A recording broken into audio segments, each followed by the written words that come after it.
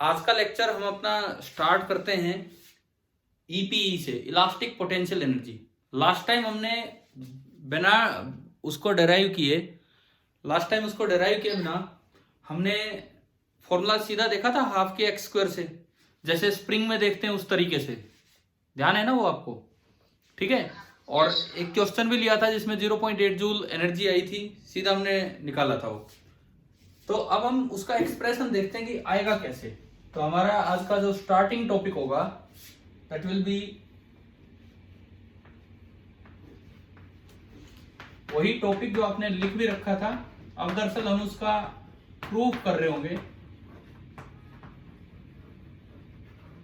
Elastic potential energy. हम इसका proof देख रहे होंगे कि किस तरह से प्रूव होगा। देखो ये वो छत है जहां से एक रोड को अटैच किया जाएगा। ये कोई रोड है और अभी ये रोड अपनी नेचुरल लेंथ में है और इसकी नेचुरल लेंथ हमने बोली L। जो एरिया ऑफ क्रॉस सेक्शन है that is A, Young's modulus है Y। ठीक है। अभी इस पे कुछ भी बढ़ोतरी नहीं हुई है। मैं ये नहीं कह रहा हूं कि ये वर्टिकल है, आप यूं मानो कि ये हॉरिजॉन्टली रखा है। ठीक है। ये वर्टिकल नहीं है, वेट की वजह से नहीं जा रही है। ये जो प्लेन है, फिलहाल ये जो प्लेन हम मान के चल रहे हैं, this plane is horizontal plane जहां पे रखा है, तो अपने आप तो ये खींचेगा नहीं। तो इसको इलोंगेट करने के लिए आपको बाहर से कोई फोर्स लगाना पड़ेगा। ठीक है। इसको इलोंगेट करने के लिए बाहर से फोर्स लगाना पड़ेगा। आपने एमजीएच फॉर्मूला डेराइव किया है? एमजीएच, हाँ भाई, एमजीएच फॉर्मूला डेराइव किया है कभी एनर्जी का? कैसे करते थे सुनो। ग्राउंड लेवल को जीरो लेवल माना, वहां से धीरे धीरे हम एक ब्लॉक को ऊपर उठा के लाते थे। अगर आप स्लोली लेके गए हैं तो जितना आपने वर्क किया वो सारा किस रूप में स्टोर हुआ मान लेते हैं? पोटेंशियल एनर्जी के रूप में। अगर आप तेजी से ले गए हैं तो फिर किसी और फॉर्म में भी जा सकते हैं। हाँ, किसी और फॉर्म में भी जा सकता है। तो इसको बहुत स्लोली स्ट्रेच करना है। अगर मैं इसको कहूं कि ये इसकी इनिशियल पोजीशन है और मैं इसको ले आऊं फाइनल पोजीशन तक जहां कुछ स्ट्रेचिंग हो जानी है डेल्टा एल, ये इसकी स्ट्रेचिंग हो जानी है डेल्टा एल यहां तक, और मुझे उस जगह निकालनी की पोटेंशियल एनर्जी स्टोर्ड कितनी होगी उस जगह। एक बार बताओ, बोर्ड विजिबल है क्या? ये क्लियरली दिख रहा है आपको? ठीक है। तो हम क्या करें, आप बीच का एक इंस्टेंट मानो, ये इनिशियल है, ये फाइनल है। आपको ध्यान होगा पोटेंशियल एनर्जी जब भी निकालते हैं तो एक जीरो लेवल से शुरुआत करनी पड़ती है कि नहीं? है ना? तो हमें बोलना होगा, हमें बताना होगा जीरो लेवल क्या है। तो यहां सबसे बेस्ट पोजीशन है इसकी नेचुरल लेंथ। तो जहां आपने हेडिंग दोबारा डाली होगी आज या प्रूफ कर रहे हैं, उसके साथ ही शुरू में लिख दो जीरो लेवल। जीरो लेवल लिख दीजिए, natural shape of the body.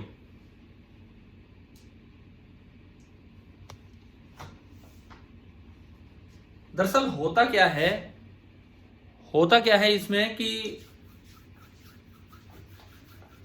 होता यह है कि नेचुरल शेप को ही जीरो लेवल क्यों मानते हैं? नेचुरल शेप को ही जीरो लेवल इसलिए मानते हैं कि इस समय वो अपनी सबसे स्टेबल पोजीशन में होता है, यानी कि मिनिमम पोटेंशियल एनर्जी होती है। मॉलिक्यूलर फोर्सेज की वजह से जो भी पोटेंशियल एनर्जी हमें नहीं पता कितनी, वो मिनिमम होती है। तो जीरो लेवल तो मेरे हाथ की बात है, मैं कहीं भी मान सकता हूं। तो इसीलिए मैं इस लेवल पे ही क्या मान लेता हूं, अपना जीरो लेवल। तो आपने लिखा है पोटेंशियल एनर्जी जीरो कहां पे मानी है? नेचुरल लेंथ पे। उसका रीजन भी आप लिख दो ब्रैकेट में कि क्यों यहां पे मान रहे हैं। In this state potential energy corresponding to molecular forces is minimum. Potential energy corresponding to molecular forces is minimum. हर्ष आप थोड़ा लेट आए हो। हर्ष जो हॉस्टल वाला बच्चा है। हर्ष नमस्कार, गुड मॉर्निंग, आ गए हो? गुड इवनिंग, आ गए हो कि नहीं? नमस्ते सर। नमस्कार। मैं कह रहा हूँ आप थोड़ा सा लेट आए हो, मैं एक बार रिपीट कर देता हूँ, और भी कोई बच्चा आया हो तो चल क्या रहा है। Elastic potential energy. कल ये टॉपिक चल रहा था, हमने एक न्यूमेरिकल लिया था 0.8 जूल वाला, है ना। Yes, sir. तो हम अब वो एक्सप्रेशन, कल तो वैसे ही आ गया तुक्के में नहीं, मतलब इक्विवेलेंट मेथड से, हाफ के एक्स स्क्वायर करके। अब प्रॉपर तरीके से देखें कि वो कैसे आए। तो हमने क्या किया, एक हॉरिजॉन्टल प्लेन लिया, वर्टिकल नहीं है, वेट की वजह से कुछ नहीं है, ये हॉरिजॉन्टल प्लेन है और इसके ऊपर मैंने एक रोड रख दी, एक एंड फिक्स कर दिया। अब ये उसकी इनिशियल पोजीशन है, मैं किसी तरह इस पे फोर्स लगा के इसको फाइनल पोजीशन तक लेके जाऊंगा, डेल्टा एल तक। और जितना मैं वर्क करूंगा इसको खींचने में, अगर मैं स्लोली लेके गया हूं तो वही वर्क किस रूप में स्टोर हो जाता है, पोटेंशियल एनर्जी में। हमने कभी पढ़ा भी था, work done against the external force जो होगा, work done against the conservative force जो होगा, या work done by the external force जो होगा, वही स्टोर होगा पोटेंशियल एनर्जी के रूप में। कभी वर्क एनर्जी के टाइम की बातें हैं, अभी हम करते हैं अपना काम स्टार्ट। तो ये सिचुएशन समझ आ गई सभी को, इनिशियल और फाइनल, ठीक है। अब देखिए, मैं बीच की कोई इंटरमीडिएट सिचुएशन बनाता हूं, बीच की कोई intermediate situation. Poisson ratio consider नहीं करना है, वो जब मेंशन हो तभी, नहीं तो हम एरिया को ऑलमोस्ट सेम मानेंगे। तो मैंने क्या किया, ये बीच की एक इंटरमीडिएट पोजीशन ली और मैं कहता हूं कि इस वक्त जो एक्सटेंशन है, भाई एक्सटेंशन को मैं एक्स की बजाय, पीछे भी आपने देखा होगा किससे रिप्रेजेंट कर रहे थे, dy एक स्मॉल पार्ट में होता था, तो मैं यहां लिख रहा हूं कि फिलहाल एक्सटेंशन हो गया है y। ये कुछ ज्यादा छोटा तो नहीं दिख रहा है, नजर आ रहा है ठीक ठाक, जो बच्चे अभी फोन पे अटेंड कर रहे हैं आप, Yes, sir. ठीक है। तो मैंने माना कि इस वक्त एक्सटेंशन हो चुका है y और मैं इस पे एक एक्सटर्नल फोर्स लगा के चल रहा हूं, मैं इस पे एक एक्सटर्नल फोर्स लगा के चल रहा हूं, जिसकी वजह से ये खींचा जा रहा है इस तरह से। अगर मुझे स्लोली लेके जाना है, वैसे क्यों लेके जाना है स्लोली, क्योंकि अगर मैं तेजी से लेके जाऊंगा तो वो वर्क पता नहीं किस रूप में कन्वर्ट हो जाएगा, मुझे केवल पोटेंशियल एनर्जी निकालनी, तो मुझे इसको स्लोली लेके जाना होगा। स्लोली ले जाने का मतलब है कि जितना इंटरनल रेस्टोरिंग फोर्स लगे उतना ही क्या लगाओ आप, एक्सटर्नल। कभी मैंने आपको वर्क एनर्जी के टाइम क्लियर की थी एक चीज, कि पोटेंशियल एनर्जी का मतलब होता है work done against conservative force, और work done against internal force against conservative force का तरीका होता है निकालने का, उतना ही आप एक्सटर्नल फोर्स लगा दो अपोजिट डायरेक्शन में और उसका वर्क निकाल लो, वो होगा work done against the conservative force. क्या जिन बच्चों ने वर्क एनर्जी अटेंड की, क्या याद आ रहा है कुछ ऐसा उस समय, है ना। तो देखें अब इसमें करते हैं हम। तो भाई ये बताओ, इस वक्त कितना होगा एफ एक्सटर्नल, पता तो ऐसे लगेगा एफ इंटरनल कितना होगा। कोई भी क्रॉस सेक्शन ले लो, कोई भी क्रॉस सेक्शन, एफ इंटरनल कितना लग रहा होगा, जितना एफ इंटरनल लग रहा होगा, अगर आप इसका एफबीडी बनाएंगे, धीरे धीरे चल रहे हैं तो एक्सेलरेशन कितनी, 0। कोई mg मत लेना, मैं तो हॉरिजॉन्टल प्लेन में दिखा रहा हूं। तो एफ एक्सटर्नल उतना ही होगा जितना एफ इंटरनल। एफ इंटरनल आप बता दो भाई कितना होता है, कल एक डायरेक्ट तरीका बताया था एफ इंटरनल लिखने का, डायरेक्ट तरीका, उसका भी मैं प्रूफ दूंगा ऐसे नहीं कि वो डायरेक्टली ऐसे ही मान लेंगे। एफ इंटरनल के इंटू एक्स, स्प्रिंग की तरह पढ़ा था हमने, तो के की वैल्यू क्या थी, के वाई ए अपॉन एल, और इंटू क्या होगा ना इस वक्त, इस, हाँ अरे इस वक्त एक्सटेंशन कितना हुआ है इस वक्त, हाँ, तो ये y से मल्टीप्लाई होगा। अब कोई सोचे कि भी डायरेक्ट कैसे लिख दिया, तो एक स्टेप में हम उसका भी प्रूफ करके दिखा देंगे। कैसे प्रूफ करके दिखाएंगे, देखो इस वक्त मुझे एफ इंटरनल निकालना है कितना होगा, तो उसके लिए इस समय में लिखूं स्ट्रेन कितना आया है। इस समय अगर मैं इसको देखता हूं, इस वायर को, वायर में कितना एक्सटेंशन हो चुका है y, और वायर की नेचुरल लेंथ कितनी है, ये स्मॉल y है, कैपिटल Y तो यंग मॉडुलस है। तो इस वक्त ये हो गया आपका स्ट्रेन। इस वक्त स्ट्रेस कितना है, स्ट्रेस तो हमेशा होता है एफ इंटरनल अपॉन एरिया, और इन दोनों को रिलेट करने वाली चीज है यंग मॉडुलस, इन दोनों को रिलेट करने वाली चीज है यंग मॉडुलस, जो कि क्या होता है, स्ट्रेस अपॉन स्ट्रेन। तो स्ट्रेस तो है F internal upon area divided by strain. अब आप यहां से समझो क्या ये एफ इंटरनल इतना आ रहा है कि नहीं, करके देख लो इधर उधर। Yes sir. अगर मैं यहां से एफ इंटरनल, सर ये हाँ हाँ, तो ये मैं एक बार फिर से आपको दिखा रहा हूं, अगर किसी को कंफ्यूजन हो तो ये डायरेक्ट हम लिख सकते हैं कल वाले तरीके से, ठीक है? Yes sir. ठीक है, अब ये बताओ, ये फोर्स वेरिएबल आया कि कांस्टेंट आया? बताओ। Variable sir. वेरिएबल, इसमें कौन है वेरिएबल? वेरिएबल कौन है इसमें? वाई। वाई। Small Y. हाँ, वाई की वैल्यू कहां से कहां तक जानी है? 0 से y इनिशियल जो होगा that will be equal to 0, and अगर मैं वहां देखूं तो y final that is equal to delta L. इसका मतलब ये फोर्स वेरिएबल है। वेरिएबल फोर्स का वर्क कैसे निकालते हैं? एफ डॉट डी एस से या एफ डॉट एस से? एफ डॉट डी एस जाना पड़ेगा या एफ डॉट एस डायरेक्ट हो जाएगा? F dot D S. तो मुझे थोड़ा सा और आगे जाना पड़ेगा। आप इसी फोर्स को लगभग उतना ही मानते हो। अच्छा, एफ एक्सटर्नल उतना ही होगा जितना कि एफ इंटरनल है, तो ये भी कितना हो जाएगा? Y A by L into Y. ये इतना क्यों लिया हमने? ताकि हम इसको बहुत स्लोली लेके जा रहे हैं। एक्सेलरेशन 0। हाँ, बहुत स्लोली लेके जाएंगे तो जितना ये वर्क करेगा सारा का सारा किस रूप में स्टोर हो जाएगा? पोटेंशियल एनर्जी के रूप में, ठीक है? तो इसकी वजह से मान लो थोड़ा सा और एक्सटेंशन हो गया, थोड़ा सा, बस जरा सा और मैं बढ़ा रहा हूं, और मान लो ये जो एक्सटेंशन है फिलहाल मैं लिखूं y plus D Y. Small y चलाना है, कैपिटल Y तो यंग मॉडुलस है। तो इस थोड़े से इंस्टेंट पे dt टाइम t से t प्लस dt तक लगा लो, इस फोर्स को मैं लगभग कांस्टेंट मान सकता हूं। तो अगर मैं वर्क निकालूं, अगर मैं वर्क लिखूं, मैं यहां लिखता हूं अब dw एक्सटर्नल कितना होगा? F external dot D Y, ये होगा आपका dw external, F external dot D Y. समझ आ गया यहां तक? ठीक है, अब हम थोड़ा उधर करते हैं इसको। देखिए, डॉट प्रोडक्ट खोलेंगे तो एफ एक्सटर्नल का मैग्नीट्यूड तो फिलहाल कितना है? Capital Y A by L और into small Y into D Y का मैग्नीट्यूड। अब आप बताओ, ये जो वेक्टर डी वाई का मैग्नीट्यूड है वो प्लस डी वाई है कि माइनस डी वाई है? डायग्राम देख के पता लगता है ये। आप इसको चाहें तो डीएस लिख सकते हैं, डीएस। अब मैं ये पूछ रहा हूं कि डीएस वेक्टर का जो मैग्नीट्यूड है वो डीवाई होगा या माइनस डीवाई होगा? डीवाई। आप भी हर्षित कह रहे हो डीवाई, क्यों? बड़ा है। क्योंकि y प्लस डीवाई वाई से बड़ा है, ये बड़ी है वैल्यू, तो डीवाई पॉजिटिव है कि नेगेटिव है? पॉजिटिव। तो डीवाई अगर पॉजिटिव है तो डीएस का मैग्नीट्यूड डीवाई होगा। शायद आपको ये बातें क्लियर हो चुकी होंगी ना, कई बार हम यूज करते हैं इन चीजों को, ठीक है?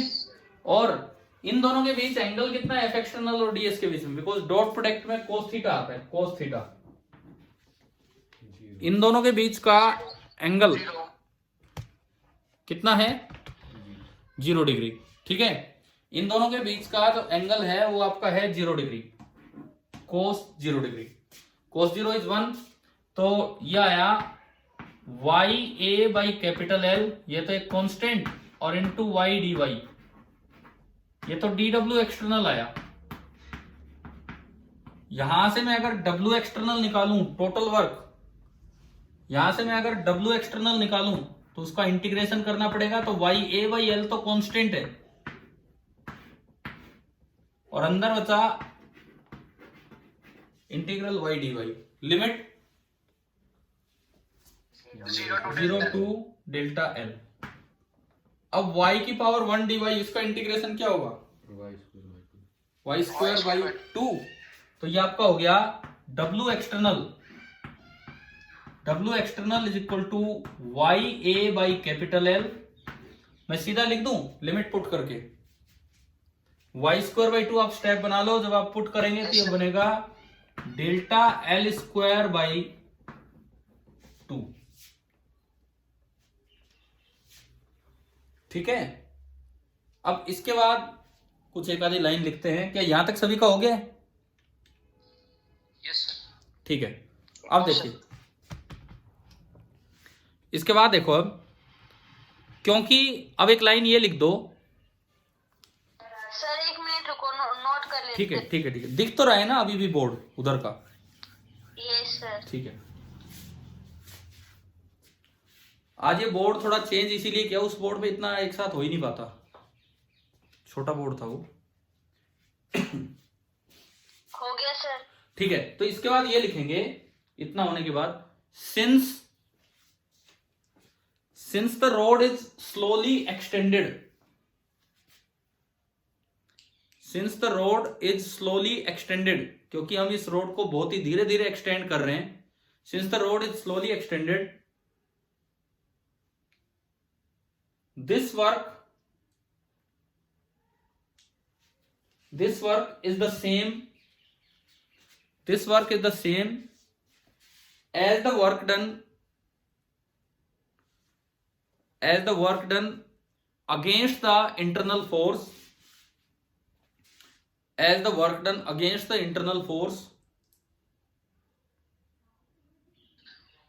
which will be stored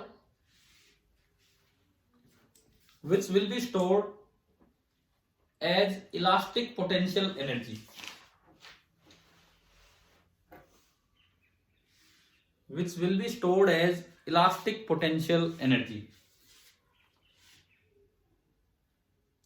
तो मैं मिटाऊं ना, ये डायग्राम बना लिया सभी ने?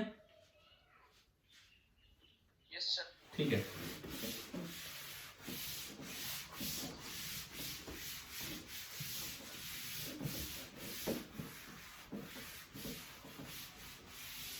तो मेरे पास ईपी का फॉर्मूला आ गया। अब उसकी डिफरेंट फॉर्म्स बनाएंगे हम, अलग अलग फॉर्म बनाएंगे कि क्या बनेगी।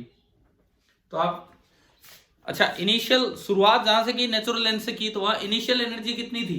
0 लेवल माना था आपने उसे, है ना? तो इनिशियल एनर्जी तो होगी 0, और इतना वर्क किया वो सारी इस रूप में स्टोर होगी। तो इसका मतलब डेल्टा एल एक्सटेंशन पे जो पोटेंशियल एनर्जी स्टोर होगी उसका फॉर्मूला क्या आ गया? Y A by L into delta L square by 2।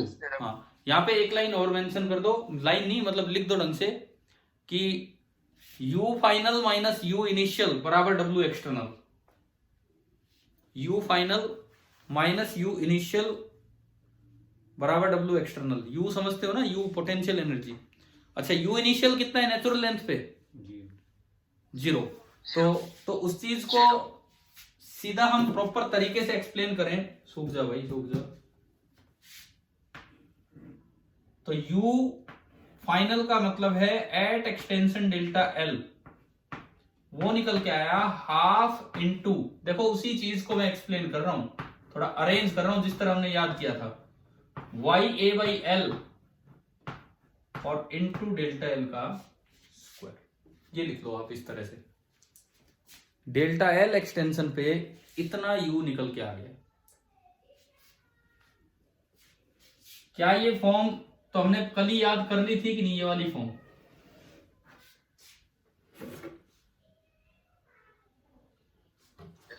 Proof के साथ आपको समझ आएगी ये किस तरह से, है ना? अब हम इसी की कुछ और फॉर्म पढ़ेंगे।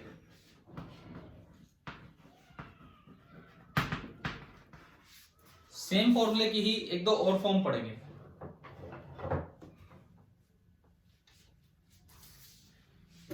पहली फॉर्म, इसके अलावा U is also known as, या can also be written as half into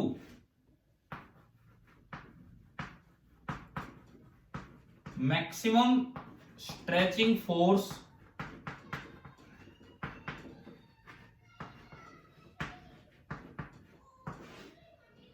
into total extension.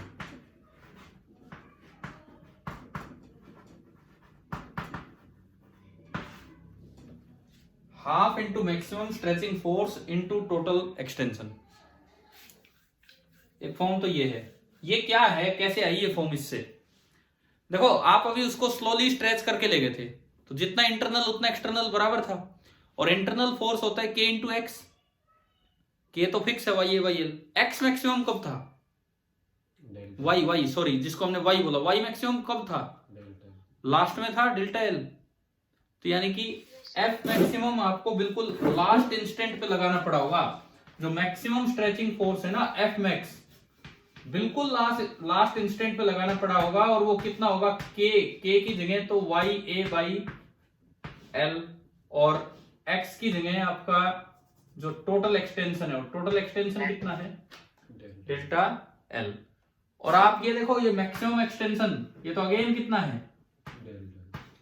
Delta L. आप देखिए क्या हाफ हाफ ये रहा, 1/2 और था इसमें। अब देखो क्या ये और ये सेम है कि नहीं?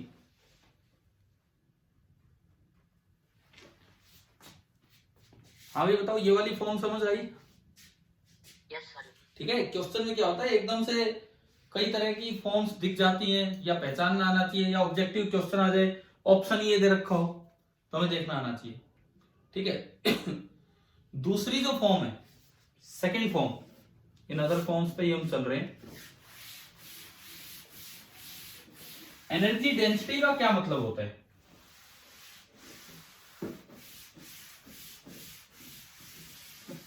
हाँ भाई, एनर्जी डेंसिटी,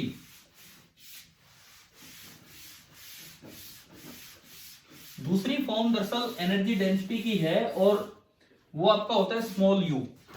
एनर्जी डेंसिटी का जो सिंबल होता है वो होता है स्मॉल यू। अब एनर्जी डेंसिटी का मतलब क्या होता है? एनर्जी पर यूनिट वॉल्यूम, कि कितना उसका नेचुरल वॉल्यूम था और कितनी उसके अंदर आपने खींचकर एनर्जी स्टोर कर दी। तो दूसरी फॉर्म आप लिखिए, energy density comma small U बराबर energy density comma small U बराबर half into stress into strain,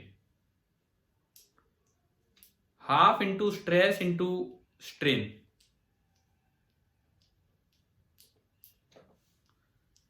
ये कैसे आएगी? अब ये देखते हैं। देखो, जिस वक्त वो फुल्ली स्ट्रेस्ड है, जिस वक्त वो फुल्ली स्ट्रेस्ड है, मैं उस समय की बात कर रहा हूं। ये नेचुरल, पहले तो मैं नेचुरल लेंथ की बात करूं। नेचुरल लेंथ है L और एरिया ऑफ क्रॉस सेक्शन है A। तो आप बताएंगे इसका वॉल्यूम कितना होगा? नेचुरल वॉल्यूम कितना है इसका? A into L। ठीक है। अब जब आपने इसको खींच दिया,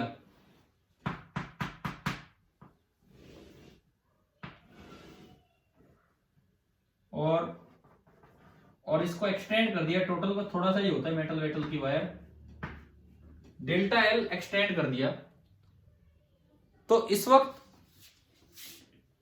स्ट्रेन कितना है? पहली बात तो ये डेल्टा एल अपॉन एल। अच्छा जी, ठीक है। अब अगर मैं स्ट्रेस की बात करूं तो मैं इससे चलूं, वाई यंग्स मॉडुलस होता है स्ट्रेस अपॉन स्ट्रेन। तो यहां से स्ट्रेस निकालो, यहां से जो स्ट्रेस आएगा, stress that is equal to Y into epsilon. ठीक है, वाई इंटू स्ट्रेन। तो जो स्ट्रेस आपका आया, स्ट्रेस अगर मैं यहां से लिखूं तो स्ट्रेस आ रहा है Y into delta L upon L. आप एक बार ये दो डायग्राम बना लो। आपने फॉर्म तो लिख ही लिए ना, फॉर्म तो लिख ही लिए कि क्या है। डायग्राम बनाओ ना बनाओ, जैसे भी करके ये नोट करो और फिर चेक करो क्या वो फॉर्म वेरीफाई हो रही है कि नहीं। फिर आप चेक कीजिए यहां से।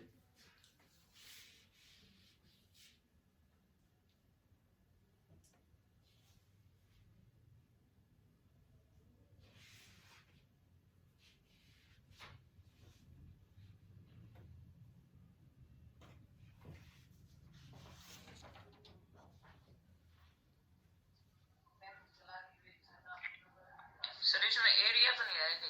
क्यों नहीं आएगा? आप नीचे एल स्क्वायर आएगा सर, वहां पे। अरे नहीं नहीं नहीं नहीं, एल स्क्वायर को एरिया नहीं लिखना है। आप एनर्जी नहीं, आप एनर्जी डेंसिटी निकालो, उसका फॉर्मूला बनेगा half into stress into strain.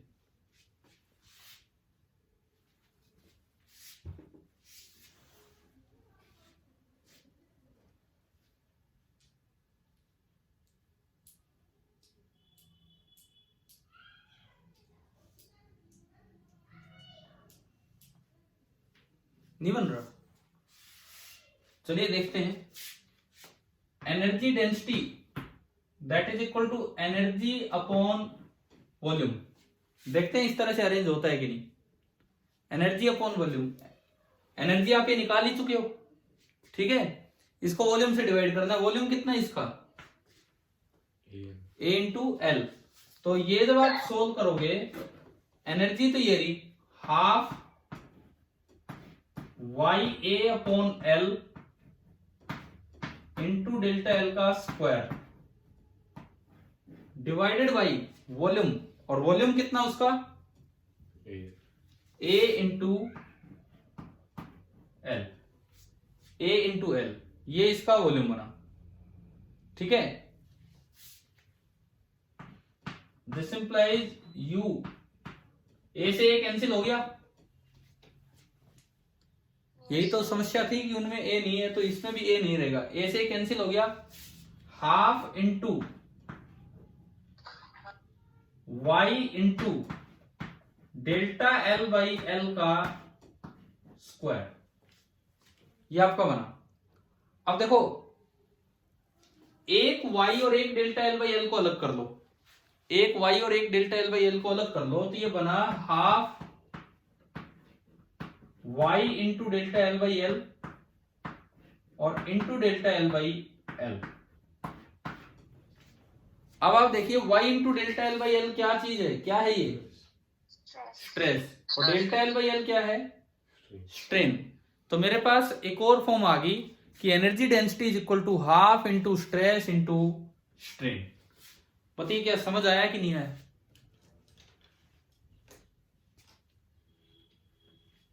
हाँ जी भाई, क्लियर है क्या सभी को?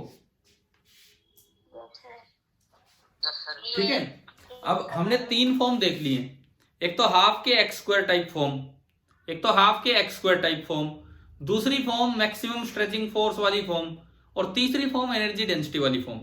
पता नहीं सवाल में कौन से तरीके से यूज करना आ जाए, तो वहां पे हमें यूज करना आना चाहिए।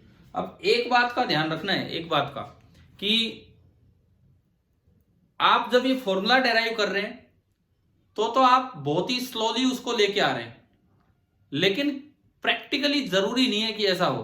आप बहुत तेजी से खींच देते हैं, आपने कोई पत्थर बांध के छोड़ दिया, वो लटक गया इस तरह से, तो वेट अटैच किया, तब तो अनबैलेंस्ड फोर्स है, कहीं जाके बैलेंस होगा, वहां वो रुकेगा। तो आप ये बताओ, क्या वहां पे भी इतनी एनर्जी स्टोर होगी या उससे अलग होगी? अलग होगी सर। मतलब अगर स्लोली लेके जा रहा हूं, मतलब इसका यह है कि मैं अगर स्लोली लेके जा रहा हूं, तो मैंने मान लो 10 जूल वर्क किया, तो मैंने कहा कि ये सारी की सारी क्या हुआ, इस पे बैठ गया, कोई नहीं। 10 जूल वर्क किया, तो इसका मतलब है कि सारी की सारी एनर्जी स्टोर होगी पोटेंशियल एनर्जी के रूप में। अगर मैं 12 जूल वर्क कर दूं, मतलब मैं उसे तेजी से ले गया, तो कितनी पोटेंशियल एनर्जी स्टोर होगी डेल्टा एल तक पहुंचाने में, डेल्टा एल एक्सटेंशन देने में, 0 से डेल्टा एल में?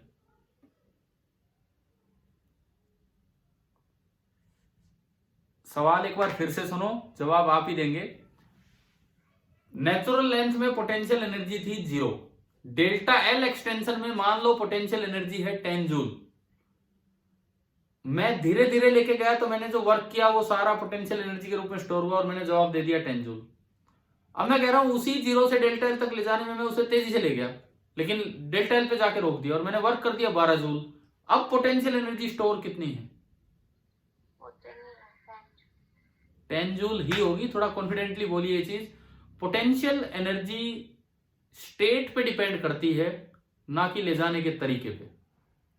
अगर आपने 12 जूल वर्क किया, तो 10 जूल ही पोटेंशियल के रूप में स्टोर होगी, 2 जूल और किसी फॉर्म में नष्ट होगी। समझ आ रहा है? Yes sir. ठीक है। ये मैं एक अच्छे से एक पॉइंट लिखवाता हूं, आप ये नोट कीजिए। ये जो अभी मैंने बोला है, ये पॉइंट आप नोट कीजिए। बोलता हूं मैं भाई, ये सबका हो गया ना, ये नोट डाउन, ठीक है। लिखिए आप, इफ W1 W के नीचे 1, if W1 amount of work, if W1 amount of work is done in slowly stretching a wire, if if W1 amount of work is done in slowly stretching a wire, then the potential energy stored stretching क्या किया sir? in stretching a wire, then the potential energy stored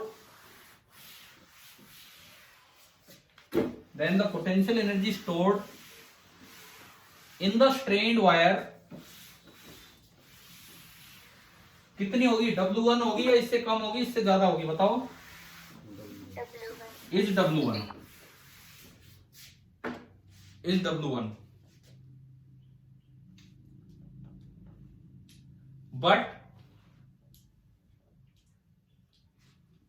but if W2, अच्छा W2 के bracket में वो greater का symbol लगा के W1 लिख दो, ब्रैकेट में ग्रेटर का सिंबल लगा के W1।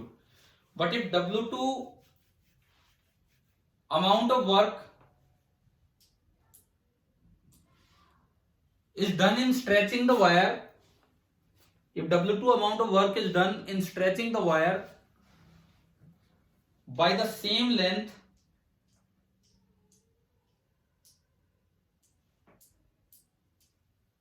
then also the EPE stored, EPE मतलब elastic potential energy, then also the EPE stored कितनी होगी बताओ? W1 हाँ, is W1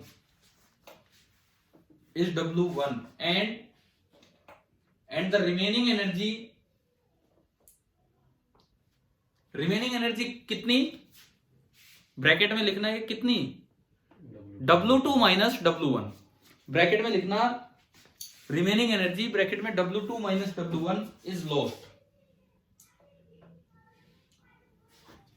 और एक आखिरी बात और मैं इसमें लिखवा देता हूं कि ये जो लॉस हुआ है ये किस तरह से लॉस होता है।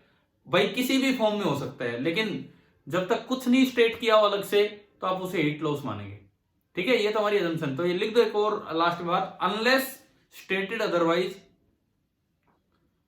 जब तक कुछ और ना बताया जाए, unless stated otherwise consider it as a heat loss,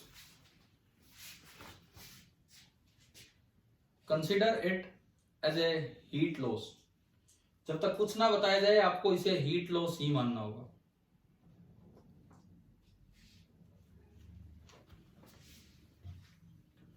अब मैं सीपीपी 52 के क्वेश्चन नंबर 3 पे चलता हूं। क्वेश्चन नंबर 3 आप लोगों ने देखे हैं क्या? 4 5 6 सवाल दिए थे।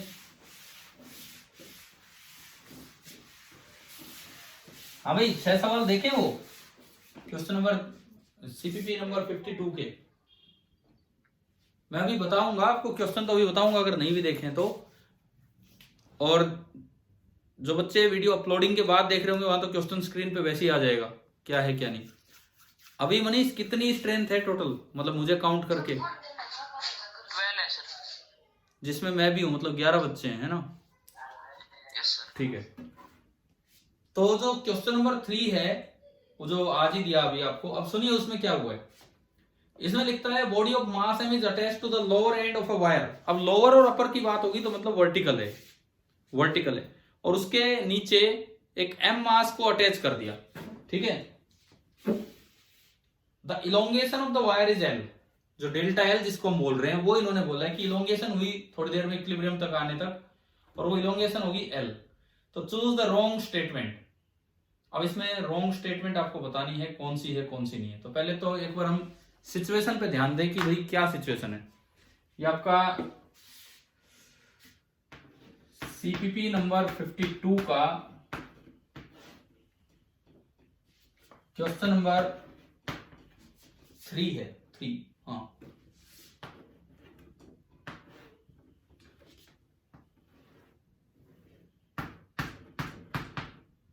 ये कोई एक रोड है, मान लीजिए कि उसकी जो नेचुरल लेंथ है वो है कैपिटल एल, नेचुरल लेंथ है कैपिटल एल। और इसको अभी जो पीछे हमने डेरिवेशन किया उसमें तो आप स्लोली स्ट्रेच करके ले जा रहे थे। स्लोली स्ट्रेच करने का मतलब हर वक्त एक्सटर्नल फोर्स उतना है जितना कि इंटरनल रेस्टोरिंग है। ठीक है, लेकिन अब एक नए तरीके से शुरुआत हुई। मान लो मैं इस समय को बोलूं t = 0, जब ये शुरुआत होने लगी और मैंने तो ना इस पे एक ब्लॉक अटैच कर दिया, और उस ब्लॉक का मास आपको दिया हुआ है सवाल में m। इस पे एक ब्लॉक अटैच कर दिया जिसका मास दे रखा है m, ये है। ठीक है, अब देखो आप इसमें क्या इस वक्त इतना इंटरनल फोर्स है इसमें जितना इस पे एक्सटर्नल है? एक्सटर्नल तो कितना लग रहा है रोड पे फिलहाल? mg, है ना भाई? एक्सटर्नल तो कितना लग रहा है रोड पे फिलहाल? mg लग रहा है। इंटरनल डिपेंड करता है एक्सटेंशन पे, फिलहाल एक्सटेंशन कितनी है? 0। यानी कि इंटरनल है नहीं एक्सटर्नल है, तो ये तो एक्सेलरेटेड पाथ होगा। समझ में आया? तो पाथ आपका होगा एक्सेलरेटेड पाथ। तो ये वो वाला केस है जो अभी मैंने आपको पॉइंट लिखवाया उस तरह का। अनबैलेंस्ड फोर्स है। अच्छा, ये रुकेगा कहां जाके? जहां नेट फोर्स कितना हो जाए? 0। ये बहुत तेजी से भी नहीं भागते हैं। ठीक है, फाइनली इक्विलिब्रियम सिचुएशन वहां बनेगी, और आपको सवाल में दिया गया है कि एक्सटेंशन कितना हुआ? L, ये स्मॉल l। वो जो डेल्टा एल हमारा होता था वो एक्सटेंशन आपको दिया गया है स्मॉल l हुआ है। ठीक है, यहां जाके ये रुका है, यहां जाके। एक बार फोर्स बैलेंसिंग दिखाओगे इस पे क्या क्या लग रहे होंगे इस वक्त? नीचे तो क्या लगा? mg। और ऊपर जो रोड ने लगाया होगा वो कितना लगाया होगा? इंटरनल फोर्स तो यहां बनेगा mg। अरे mg तो ठीक है, बैलेंस कर देंगे, लेकिन लग कितना रहा है वो? ऊपर वाले पैरामीटर्स को देखते। स्प्रिंग की तरह सोच के बताओ ना, स्प्रिंग की तरह। kx और k की जगह ya/l और इंटू x, और x की जगह वो एक्सटेंशन l। अब बताओ क्या यहां तक समझ आ गया? Yes sir. ठीक है, यानी कि इस वक्त मुझे ये पता लगा कि इस वक्त ये इक्विलिब्रियम है तो नेट फोर्स 0 होगा। तो mg this will be equal to ya by कैपिटल L और इंटू L। अच्छा, अब सुने, अब मैं ऑप्शंस पढ़ता हूं इसके, 4 ऑप्शन, और रॉन्ग बताना है, मतलब 3 सही होंगे वो आपको देखना है। पहला option, loss in GP of m is mgl। बताओ, ग्रेविटेशनल पोटेंशियल एनर्जी जो m की नष्ट हुई है वो mgl हुई है। ये है पहला ऑप्शन। सही है, बिल्कुल सही है। आप खुद देख सकते हो, L नीचे आया तो कुछ कम हुई होगी, और H नीचे आने पे mgh कम होती है। इसका मतलब पहला ऑप्शन मेरा बिल्कुल सही है कि loss in GPE of m this is equal to m into G into L. अगर ऊपर आया होता तो कुछ राइज करता है, और फिलहाल ये नष्ट हो गए। दूसरा ऑप्शन सुनो, दूसरा option, heat produced is mgl/2। ये कहां से निकाले हम? Heat produced is mgl/2।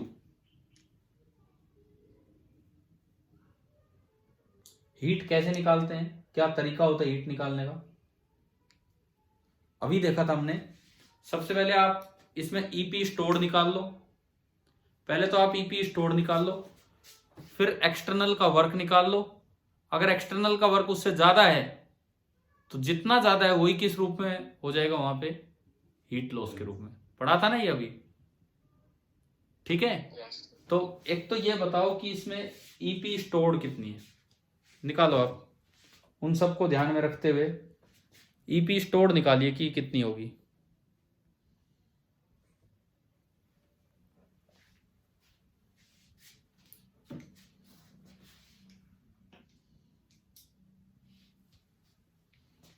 EP stored अगर मैं निकालूं यहां पे U हाफ इंटू ya/l ना कैपिटल L और स्मॉल l का स्क्वायर। चलो y नहीं दे रखा, a नहीं दे रखा, l नहीं दे रखा, तो इनको आप mg में कन्वर्ट कर दो। यहां से देखो ya/l की वैल्यू कितनी है? इससे, इस इक्वेशन से, इक्विलिब्रियम वाली से, mg/l है ना। तो मैंने ya/l को रखा mg/l, तो हाफ mg/l और इंटू एल स्क्वायर, एक एल से एक एल गया, तो जो ईपी स्टोर्ड आई, ईपी स्टोर्ड वो कितनी आ गई, mgl/2। क्या ये समझ आ रहा है क्या? ठीक है। अब देखो वर्क कितना किया है, एक्सटर्नल फोर्स एक कांस्टेंट फोर्स लगा है, ये वेरिएबल फोर्स नहीं है, एक्सटर्नल फोर्स शुरू से लास्ट तक mg था। तो अगर मैं W एक्सटर्नल निकालूं, W external that is work done by mg, और वो एक कांस्टेंट फोर्स है, कांस्टेंट फोर्स का वर्क होता है फोर्स इनटू डिस्प्लेसमेंट, डिस्प्लेसमेंट कितना होगा L, और जिधर फोर्स लग रहा है उधर ही डिस्प्लेसमेंट हुआ है। समझ आ रहा है कैसे लिखा हमने? ठीक है। तो जो वर्क हुआ, एक्सटर्नल वर्क जो हुआ, जिसको आप थोड़ी देर पहले पॉइंट में W1 बोल रहे थे, वो W1 कितना हुआ, mgl। ठीक है। और आपने नहीं W1 इसको नहीं बोला, हमने इसको W2 बोला था, और जो एनर्जी स्टोर करवाने वाला वर्क था उसको बोला था W1। ठीक है, छोड़ो उन पॉइंट्स को। तो अब ये बताओ, एक्सटर्नल वर्क तो हुआ mgl, लेकिन इतनी एक्सटेंशन लाने पे फॉर्मूला कहता है कि यही एनर्जी स्टोर होनी, तो इतनी हुई होगी या इससे ज्यादा हुई होगी? ज्यादा कैसे होगी? अभी बताया था मैंने, पोटेंशियल एनर्जी जो स्टेट फंक्शन आपके लाने के तरीके पे डिपेंड नहीं करता, आप धीरे धीरे खींच के लाओ, इतनी ही होगी। तो एक्स्ट्रा एनर्जी कहां गई, जो वर्क की जो एक्स्ट्रा एनर्जी थी, हीट। तो इन्होंने हीट पूछा है, तो मैंने आपको पहुंचाया है हीट कैसे निकालते हैं, यहां तक पहुंचाया है। हीट कैसे निकाले हम, यहां से सबट्रैक्ट कर दें, तो जो हीट जनरेट हुई होगी, दरअसल ये एनर्जी लॉस है, और जब तक कुछ नहीं बोला इसे हीट मान लो, वो होगा W एक्सटर्नल माइनस जो एनर्जी स्टोर हुई है वो mgl/2। तो ये कितना आ गया, mgl/2। और आपका जो दूसरा ऑप्शन है वो यही कहता है कि हीट प्रोड्यूस्ड इज mgl/2। क्या समझ आ गया सभी को? ठीक है। फॉर्म तो नहीं है, जो बची हुई जितनी भी एनर्जी होगी सारी हीट एनर्जी में। ना बिल्कुल जरूरी नहीं है, ये बिल्कुल जरूरी नहीं है, लेकिन वो थर्मल एनर्जी के रूप में ही जाती है भाई। जाने को कहीं वो हल्की फुल्की साउंड में भी जा सकती है, पता लगे वो इतनी तेजी से एक्सटेंड हुआ कि उसने झन आवाज सी भी दी वहां पे। ठीक है, हो सकता है कहीं थोड़ी सी लाइट भी प्रोड्यूस हो जाए, मे भी, हमें नहीं पता कौन सी एनर्जी के रूप में जाती है। परंतु जब कुछ नहीं बोला होता है तो उन सबको हम किस में काउंट कर लेते हैं, हीट। ये कन्वेंशन है। कई बार क्या होता है, क्वेश्चन का कॉन्टेक्स्ट आपको समझना होता है। यूं तो हम हर सवाल में कोई ना कोई ऐसा पॉइंट निकाल के ला सकते हैं, तो जो कन्वेंशन है उनसे समझ के भी हमें आगे बढ़ना होगा। सभी को क्लियर हो गया ये वाला पॉइंट? Yes sir. ठीक है। अब सुनिए तीसरा पॉइंट, थर्ड पॉइंट ये लिखता है, तीसरा option, the elastic potential energy stored in the wire is mgl। गलत है, सही है? गलत है। सही हर्षित भाई, गलत तो होना चाहिए, ये थोड़ी है mgl। उसने लिखा है इलास्टिक पोटेंशियल एनर्जी, अभी हमने लिखा कितना है वो, mgl/2, तो वो तो गलत है, तो हमें रॉन्ग ही छाटना था। आगे ये, और एक चौथा पॉइंट है कि स्ट्रेस प्रोड्यूस्ड, ये इससे हटके है, पता नहीं मैंने क्यों यहाँ लिख दिया बस वैसे एक पॉइंट बताने के लिए, नहीं तो नन ऑफ दीज भी दिया जा सकता था। Stress produced in the wire is not a vector quantity. वैसे तो स्ट्रेस में फोर्स आता है, फोर्स अपॉन एरिया, परंतु इसकी कोई डायरेक्शन नहीं होती है स्ट्रेस की। वो अंदर एक तनाव सा पैदा होता है, उसकी कोई डायरेक्शन डिफाइन नहीं की जाती है। फोर्स की डायरेक्शन डिफाइन होती है, लेकिन स्ट्रेस की डायरेक्शन डिफाइन नहीं होती है। तो ये कैसी क्वांटिटी, ये वेक्टर क्वांटिटी नहीं है। तो ये सही बात है, ये याद रखना, stress is not a vector quantity. अब यहां पे मैं एक चीज क्लियर करूं, आपको क्लियर भी नहीं करूंगा, थोड़ा सा बताऊंगा, पता नहीं पहले भी कभी जिक्र किया हो इस चीज का। जैसे कई बच्चे कहेंगे ना तो ये स्केलर है ना ये वेक्टर है, ये तो टेंसर है। टेंसर नाम सुना है? No sir. नहीं सुना तो बहुत ही अच्छी बात है। ठीक है, 12th तक टेंसर आते भी नहीं है, परंतु ये बोलना गलत है कि जो स्केलर नहीं है और जो वेक्टर नहीं है वो टेंसर होते हैं। टेंसर एक अलग नोटेशन होती है, टेंसर एक अलग नोटेशन होती है। Even scalar is a tensor of rank 0, vector is a tensor of rank 1। तो हम टेंसर क्या होते हैं उन पर नहीं जाएंगे। तो कहीं भी अगर आपको ये पढ़ने को मिले तो ये भूल जाना कि स्ट्रेस ना तो स्केलर है ना वेक्टर है, ये टेंसर है ना, ये स्केलर में काउंट होगा। ठीक है ना, क्लियर है ये चीज? सर वैसे तो स्ट्रेस की जो डायरेक्शन होगी वो इनवर्ड ही होगी। ना स्ट्रेस की डायरेक्शन कैसे बोल रहे हो आप? फोर्स की डायरेक्शन बोल सकते हो, इंटरनल फोर्स की डायरेक्शन। स्ट्रेस जैसी चीज की कोई डायरेक्शन नहीं होती, ठीक है। उसने फोर्स का मैग्नीट्यूड का यूज किया होता है। स्ट्रेस इस तरह से डिफाइन होता है जिसमें आप फोर्स, इंटरनल फोर्स का मैग्नीट्यूड लिखते हो और डिवाइडेड बाई एरिया कर देते हो, तो मैग्नीट्यूड की कोई डायरेक्शन नहीं होती, इसीलिए स्ट्रेस की कोई डायरेक्शन डिफाइन नहीं होती। हम जो सोच रहे होते हैं वो इंटरनल फोर्स की डायरेक्शन होती है। तो आप बताओ क्या ये वाला कॉन्सेप्ट, ये वाले क्वेश्चन समझ आ गया आपको, पोटेंशियल एनर्जी वाले? ठीक है। अब मेरे को हर्ष अभी बोले, आपको देख के एक बात याद आ गई थी, कल आप शाम को पूछ रहे थे कुछ, है ना, मैंने फोन पे आपको समझाने की कोशिश भी की थी, बट शायद समझ नहीं पाए थे, क्योंकि मैं भी कल किसी शादी प्रोग्राम में ही था, तो बस, तो फिर उसके बाद ओके हो गया था, फिर ठीक है, यूं हमारे कन्वर्सेशन खत्म हुई थी। हाँ जी हर्ष, क्या था आपका सवाल? कि चंदा मामा रात को भी दिख जाते हैं, दिन में भी दिख जाते हैं? Yes sir.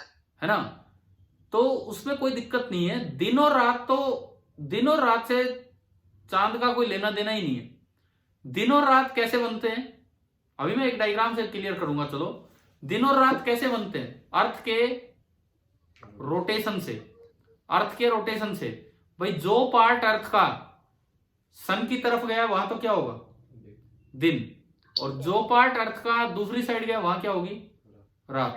और आपको पता होगा अर्थ का एक्सिस थोड़ा टिल्टेड है, बिल्कुल सीधा नहीं है।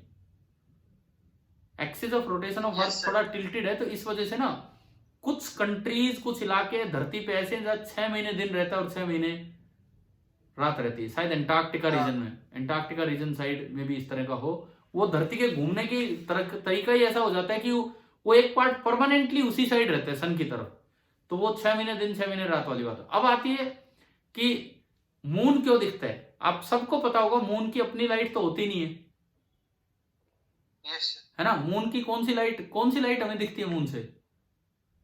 सन की जो सन से रिफ्लेक्ट होके आ रही है, जो सन से रिफ्लेक्ट होके आ रही है। चलो मैं कोशिश करता हूं आपको एक डायग्राम से समझाने की। ये तो हो ही गया हमारा।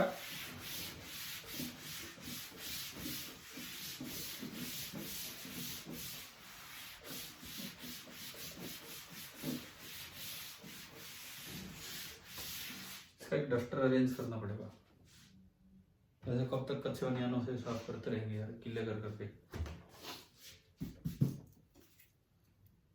देखो, मान लो, कैसे बनाऊं,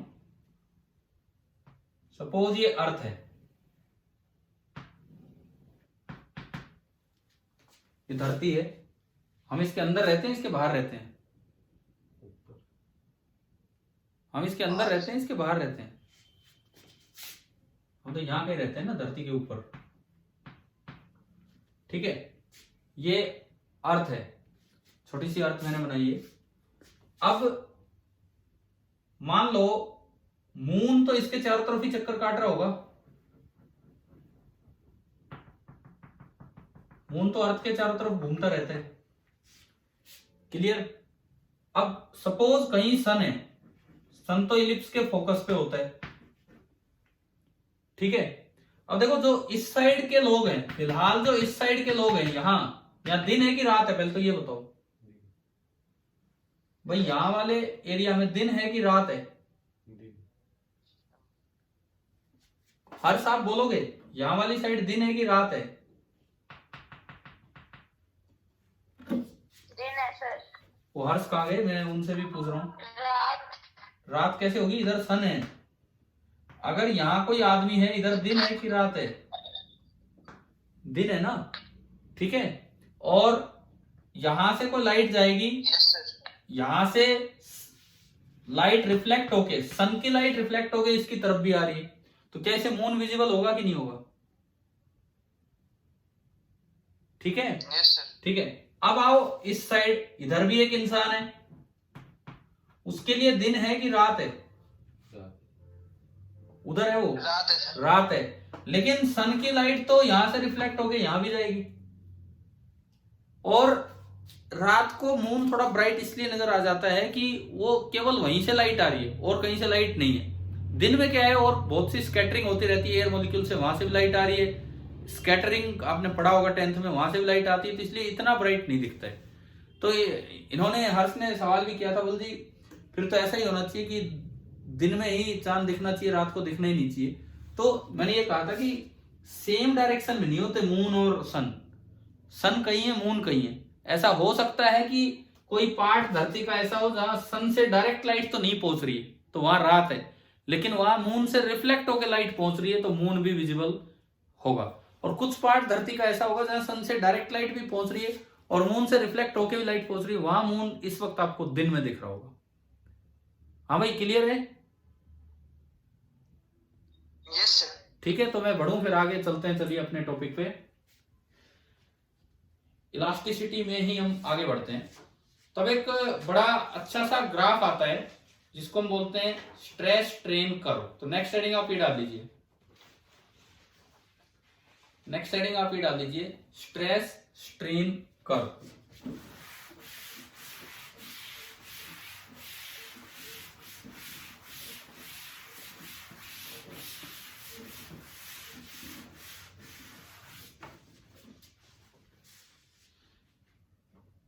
मैं फिर से पूछता हूं, कौन किस पे डिपेंड करता है, स्ट्रेस ऑन स्ट्रेन या strain on stress? Stress on strain. लेकिन जो आप क्वेश्चंस कर रहे हैं, जहां पे आप एक्सटेंशन निकाल रहे हैं, वहां पहले क्या निकालते रहे हैं? स्ट्रेस, और फिर उससे जा रहे हैं हम स्ट्रेन पे। लेकिन जो प्रॉपर चैनल है वो तो ये है कि पहले स्ट्रेन आता है और उसके आने के कारण स्ट्रेस आता है, स्ट्रेन के आने के कारण स्ट्रेस आता है। एक दो उसके एक्सेप्शंस होते हैं, मैंने पहले भी ये चीज यूज की थी, करेंगे हम वो, लास्ट में आएंगे उन चीजों पे। तो बताओ, एक होता है एक्स एक्सिस, एक होता है वाई एक्सिस, किस साइड हम स्ट्रेस ले, किस साइड स्ट्रेन ले? ये एक्स एक्सिस पे क्या ले? Strain, independent variable. ऑलमोस्ट देखो, क्वेश्चन बनाने वाला तो कुछ भी बना के दे सकता है, लेकिन जो प्रॉपर तरीका होता है हमारा, जब हम क्वेश्चन नहीं वैसे अपनी थ्योरी पार्ट लिख के आ रहे होते हैं, तो एक्स एक्सिस के लोग लेते हैं इंडिपेंडेंट वेरिएबल, जिसको हम चेंज करें उससे दूसरी चीज चेंज हो, और वाई एक्सिस के लोग लेंगे उस पे डिपेंडेंट वेरिएबल कौन है।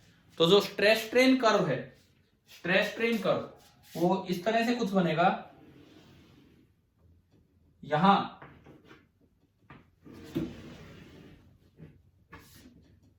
तो मैं क्या लूं? स्ट्रेन। और अगर मैं इधर की तरफ दिखाऊं तो इधर की तरफ आपका होगा स्ट्रेस।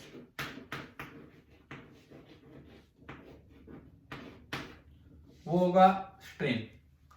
और ये बनाने का तरीका वो है, हमने एक टॉपिक किया था डिटर्मिनेशन ऑफ यंग मॉडुलस। एक रोड ली थी, हुक लगाया था नीचे, उसमें एक लोड अटैच किया, साइड में एक स्केल था, है ना, माइक्रोस्कोप से उसे देख रहे थे, वो सब। हाँ, तो वहां से हम रीडिंग लेंगे कि भाई, क्योंकि मुझे कैसे पता लगेगा स्ट्रेस? इंटरनल फोर्स तो मैं पता ही नहीं लगा पाऊंगा, इंटरनल फोर्स में कोई उसके अंदर थोड़ी घुसूंगा। मुझे ये पता होगा कि बाहर लोड कितना है, और वो रेस्ट पे रहेगा, तो रेस्ट पे रहेगा तो जितना एक्सटर्नल फोर्स होगा उतना ही इंटरनल। समझ रहे हो ना आप लोग? ठीक है, तरीका वही है। ये एक रोड ली आपने जिसकी नेचुरल लेंथ है L, ये हुक लिया, इसके साथ एक लोड अटैच किया, यहां पे पॉइंटर ले लिया, ये स्केल ले लिया, और इससे आप रीड करेंगे और धीरे धीरे इसको रोक रोक के चलेंगे, आराम से M को बढ़ाएंगे। अब देखो, जो स्ट्रेस होगा, स्ट्रेस तो मैं लिख पाऊंगा कितना मैंने लोड अटैच किया है, M, तो mg upon area of cross section. और जो स्ट्रेन होगा, स्ट्रेन वो मैं लिख पाऊंगा कि किसी वक्त कितना डेल्टा एल है, उस डेल्टा एल को किससे डिवाइड कर दें? इसकी नेचुरल लेंथ से। तो ये स्ट्रेस और स्ट्रेन चीजें होंगी, ठीक है।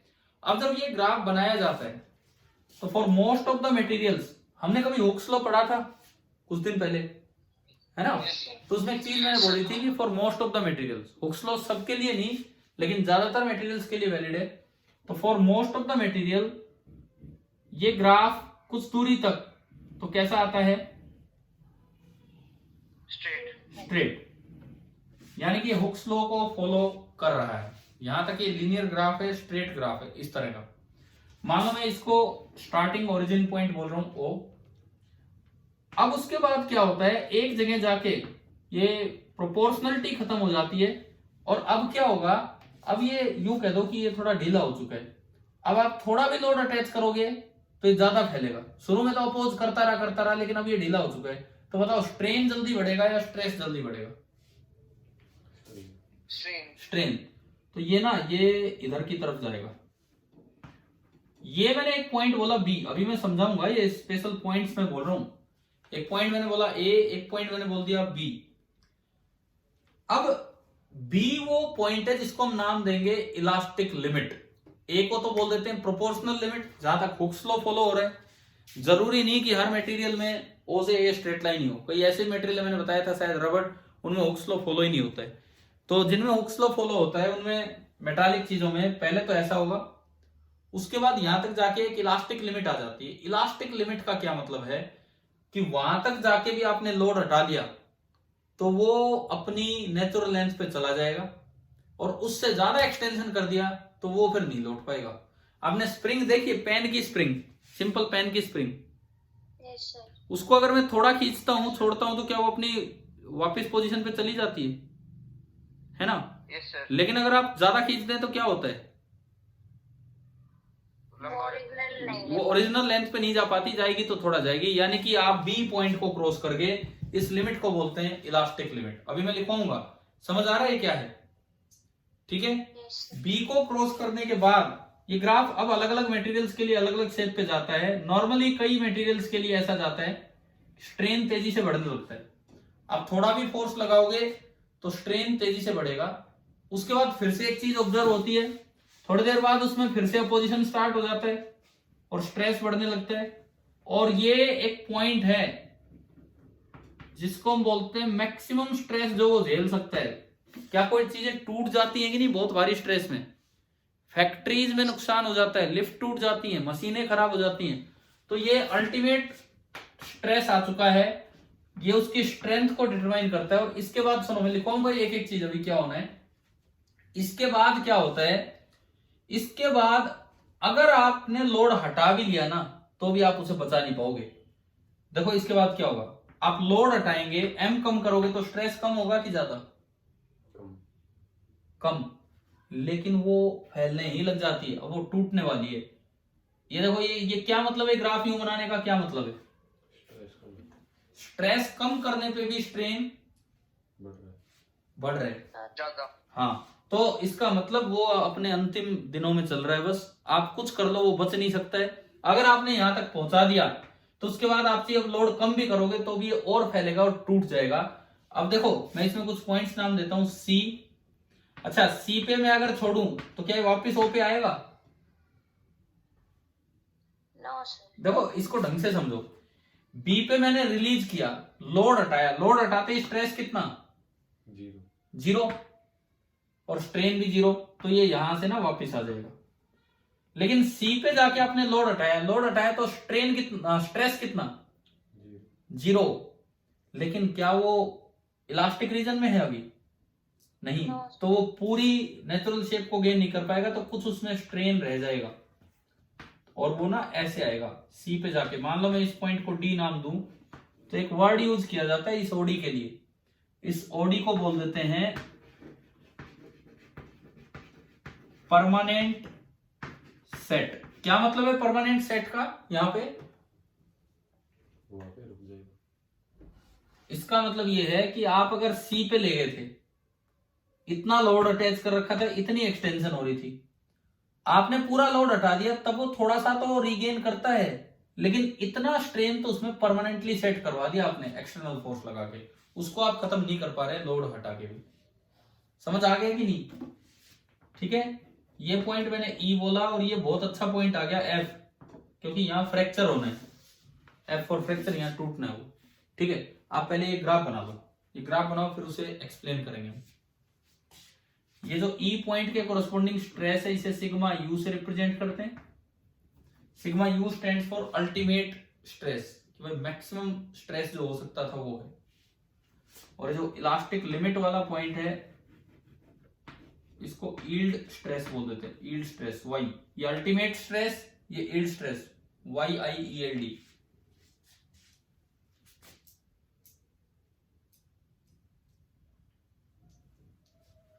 अब भाई ये बताओ, क्या ये ग्राफ समझ में आया?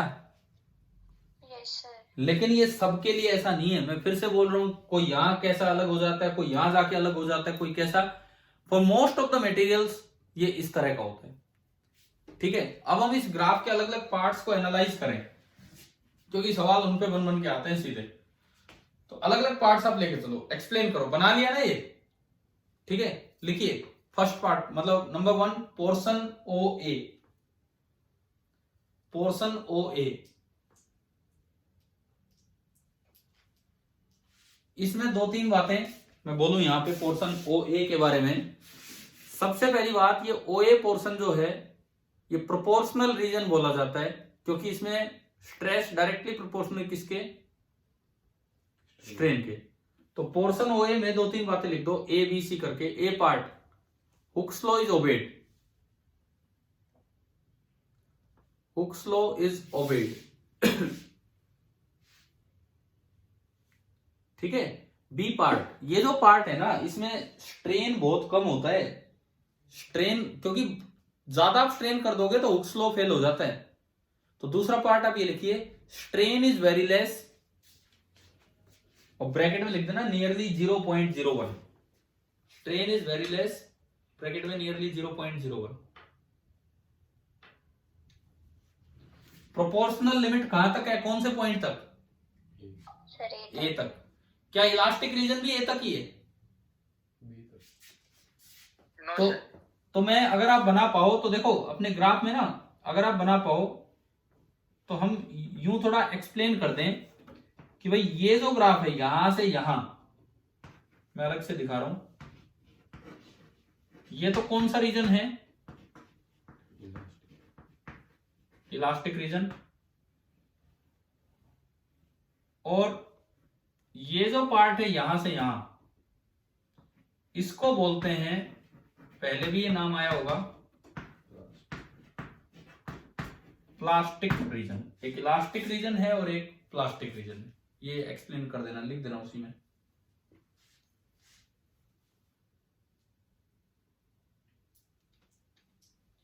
ठीक है। अभी लिखो दूसरा, नंबर 2, पोर्शन ए बी या रीजन ए बी, जैसे भी आप नंबर डाल रहे हो उस तरह से। इस बी को क्या नाम दिया जाता है? Elastic limit. ठीक है, एक तो यही पहला पॉइंट ये लिख दो, B is called elastic limit. B is called elastic limit.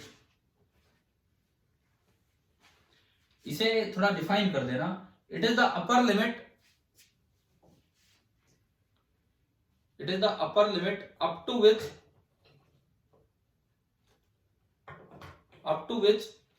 if deforming force is removed, up to which if deforming force is removed, the body regains its original form. The body regains its original form. ठीक है। दूसरी बात, ये कभी कभार ऐसे सवाल पूछ लिया जाता है, एक वर्ड है इलास्टिक लिमिट और एक वर्ड है इलास्टिसिटी। हमने एक दिन बात की थी, रबर ज्यादा इलास्टिक है कि स्टील? शायद चैप्टर की शुरुआत में। कौन ज्यादा इलास्टिक है? स्टील। तो क्या दोनों की इलास्टिक लिमिट भी सेम है ना? मतलब इलास्टिक लिमिट मतलब मैं अगर स्टील के 2 ऑब्जेक्ट लूं तो क्या उन दोनों की इलास्टिक लिमिट सेम होगी? No sir. आप इसको एक स्प्रिंग से समझ सकते हो। एक पेन की स्प्रिंग लो और एक ट्रक के टायर की स्प्रिंग। ट्रक के टायर की स्प्रिंग बड़ी होती है, मे भी आप उसे हाथ से ना खींच पाओ अगर कभी देखी हो तो। ठीक है, तो आप बताओ, पेन की स्प्रिंग पे मैं इतना सा फोर्स लगा दूं तो क्या वो डिफॉर्म होके रहेगी कि नहीं? Yes sir. यानी कि आप उसकी इलास्टिक लिमिट को क्रॉस कर गए। ट्रक की स्प्रिंग पे आप पूरा जोर लगा रहे तब भी आप उसकी इलास्टिक लिमिट क्रॉस नहीं कर पा रहे। हो सकता है मटेरियल दोनों का सेम हो, वो भी स्टील की बनी हो, वो भी स्टील की बनी हो, लेकिन इसमें कम मटेरियल उसमें ज्यादा। तो इसका मतलब मैं 2 चीजें लिख रहा हूं, एक तो इलास्टिक लिमिट और एक इलास्टिसिटी। कौन सी तो ऑब्जेक्ट की प्रॉपर्टी है और कौन सी मटेरियल की प्रॉपर्टी है? इलास्टिक लिमिट तो ऑब्जेक्ट की। हाँ, इलास्टिक लिमिट तो ऑब्जेक्ट की प्रॉपर्टी है, और इलास्टिसिटी मटेरियल की। उसमें आप यूं बता सकते हो कि इलास्टिक कौन ज्यादा है, रबर ज्यादा है, स्टील ज्यादा है, लेकिन इलास्टिक लिमिट में तो आपको एग्जैक्ट ऑब्जेक्ट चाहिए क्या है। तो दूसरा पॉइंट आप ये लिख दो, elastic limit is the property of the object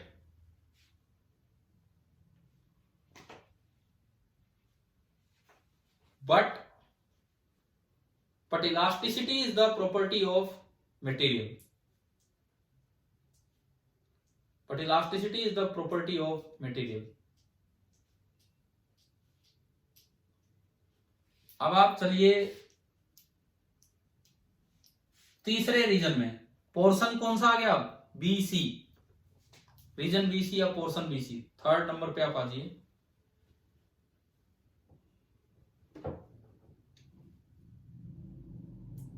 इसमें क्या हो रहा है, अब आप कौन से रीजन में एंटर कर गए हो, प्लास्टिक रीजन में। आप अगर लोड को हटा लोगे तो स्ट्रेस तो जीरो हो गया, क्या स्ट्रेन जीरो हो पाया अपने आप?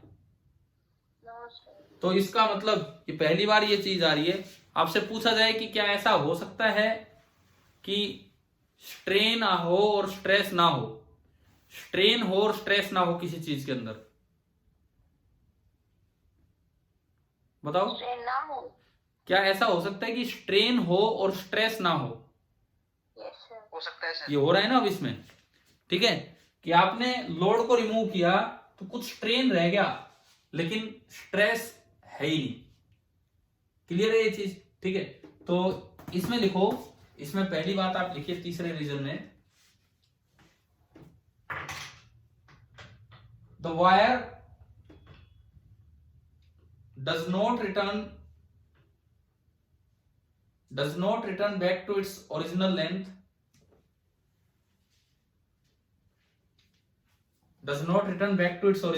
on removing the load, load remove करने पे। it means strain without stress is present. Strain without stress is present.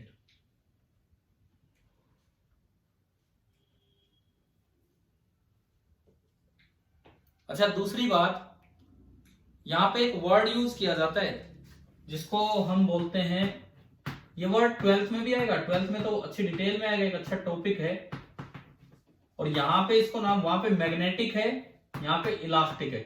हिस्ट्रीसिस, ये किसी दूसरी भाषा का वर्ड है। हिस्ट्रीसिस का हिस्ट्री से कोई लेना देना नहीं है, इसका मतलब होता है पिछड़ना, किसी चीज का दूसरी चीज से पिछड़ जाना, इसे बोलते हैं हिस्ट्रीसिस। तो ये देखो, ये ग्राफ वापस लौट के नहीं आ रहा, इसको नाम दिया जाता है क्या, इलास्टिक हिस्ट्रीसिस। कैसे? स्ट्रेन पिछड़ गया, स्ट्रेस से स्ट्रेन पिछड़ गया। कैसे पिछड़ गया? स्ट्रेस से स्ट्रेन। भाई शुरू में दोनों बढ़ रहे थे, मान लो मैं स्ट्रेन बढ़ा रहा हूं, स्ट्रेस भी बढ़ रहा है, ठीक है, लेकिन अब स्ट्रेस जीरो हुआ तो क्या स्ट्रेन वापिस आ पाया? No sir. हाँ, तो इस पिछड़ने को ही क्या नाम दिया जाता है, इलास्टिक हिस्ट्रीसिस। तो यहां पे एक नाम आप लिख दो। दूसरा point, the fact that the stress strain curve is not reversed, ये रिवर्स नहीं हो पाया, वापस नहीं आ पाया। The fact that the stress strain curve is not reversed is called elastic hysteresis. ये रिवर्स नहीं हो पाया, इस चीज को हम बोल देते हैं इलास्टिक हिस्टेरिसिस। अब अगला पूरा इकट्ठा पोर्शन ले लो, ये नेक्स्ट लिखो, पोर्शन 1 2 3, चौथा पोर्शन आ गया C2F, CF लिख दो चाहे।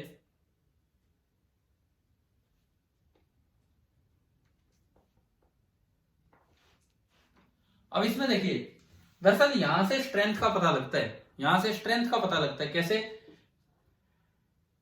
जिसका भी अल्टीमेट स्ट्रेस ज्यादा होगा, ये U फॉर अल्टीमेट है, Y फॉर यील्ड है, YIELD, ये लिख लेना चाहिए full form, U for ultimate, Y for yield. जिसका ये अल्टीमेट स्ट्रेंथ या अल्टीमेट स्ट्रेस ज्यादा है वो मटेरियल ज्यादा स्ट्रोंग होगा। और यहां तक पहुंच गए तो ब्रेक होना ही पड़ेगा। और ये जो आगे जा रहा है ना, इसको नाम दिया जाता है flowing down of wire. Flowing down मतलब अपने आप जैसे फ्लो कर रही हो वायर, ऐसा लगता है। आप लोड हटा रहे हो, उस पर भी वो आगे बढ़ रही है, तो इसे नाम दिया जाता है फ्लोइंग डाउन ऑफ वायर। तो लिख लो इसमें एक दो बातें।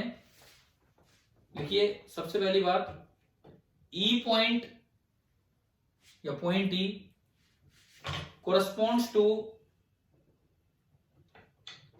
breaking stress, corresponds to breaking stress। और यही पॉइंट डिटरमाइन करेगा मटेरियल की स्ट्रेंथ। लिखो it determines the strength of a material.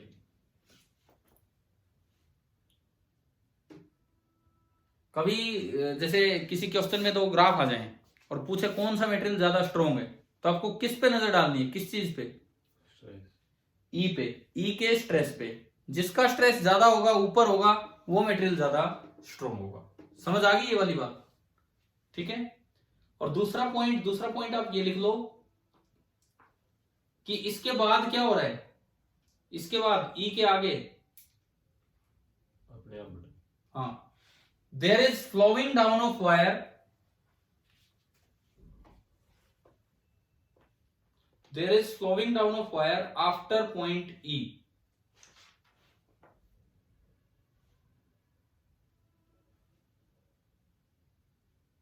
and the wire breaks at point F, and the wire breaks at point F। F point पे जाके ना wire break हो रही है। ठीक है। अब मैं एक दो बातें इस ग्राफ के बारे में वैसे बताता हूं, हमने अलग अलग रीजन को एक्सप्लेन कर लिया। अब एक दो बातें और बता देता हूं आपको।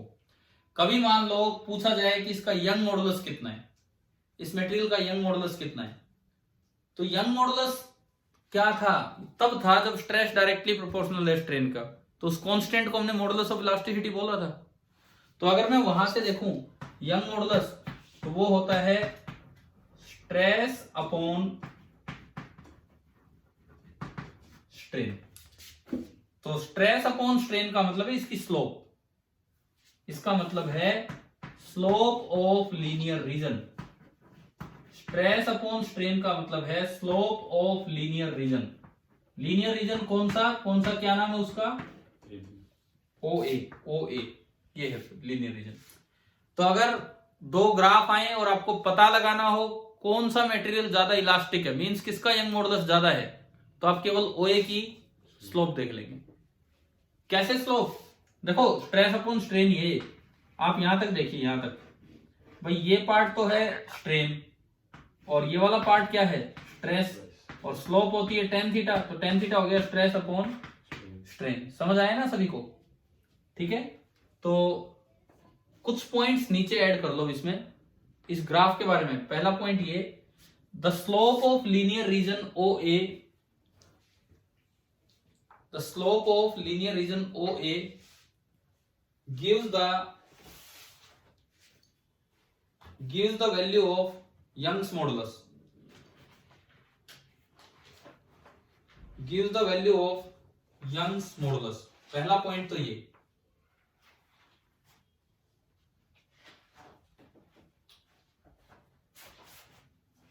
दूसरा पॉइंट, मटेरियल डक्टाइल है कि ब्रिटल है, ये कैसे पता लगता है? डक्टाइल क्या होता है? डक्टाइल, ये वर्ड सुना होगा आपने, जिससे वायर्स बन सके, जिससे वायर्स खींच सकें, वो डक्टाइल होता है। ब्रिटल, जो खींचने पे टूट जाए, वो ब्रिटल होता है। तो कैसे डिसाइड करें कि कौन सा मटेरियल डक्टाइल है और कौन सा ब्रिटल है? देखो इलास्टिक लिमिट तक तो कुछ भी नहीं है, आप जैसे ही खींच के छोड़ोगे वापस चला जाएगा, जैसे ही खींच के छोड़ोगे वापस चला जाएगा।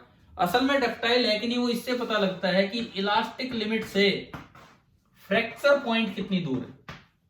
अगर ब्रिटल होगा, इलास्टिक लिमिट तक खींचा तो वापस जा रहे हैं, उससे थोड़ा आगे किया फ्रैक्चर हो गया, तो वो ब्रिटल है, वो टूट जाएगा। डक्टाइल कौन सा होगा? जिसमें ये B और ये F के बीच की दूरी स्ट्रेन के एक्सिस पे क्या हो, थोड़ी ज्यादा हो।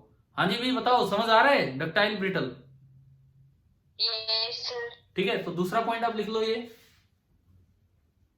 If point B, if point B and point F are far away on strain axis,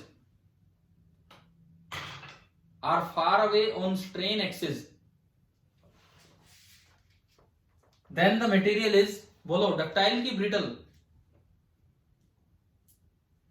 then the material is ductile, otherwise brittle. लिख लो, then the material is ductile, otherwise आप लिख देना brittle. वहां तक तो डक्टाइल बोल देना और नहीं तो वो ब्रिटल हो जाएगा, इस तरह का है.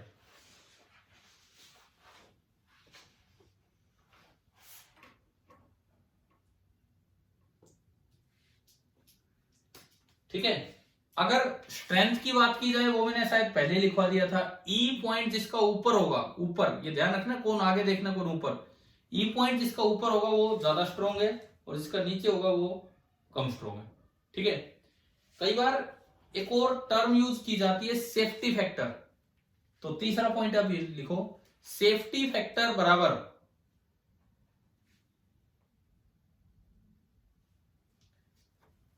देखो इस ग्राफ में ब्रेकिंग स्ट्रेस कहां है, ब्रेकिंग स्ट्रेस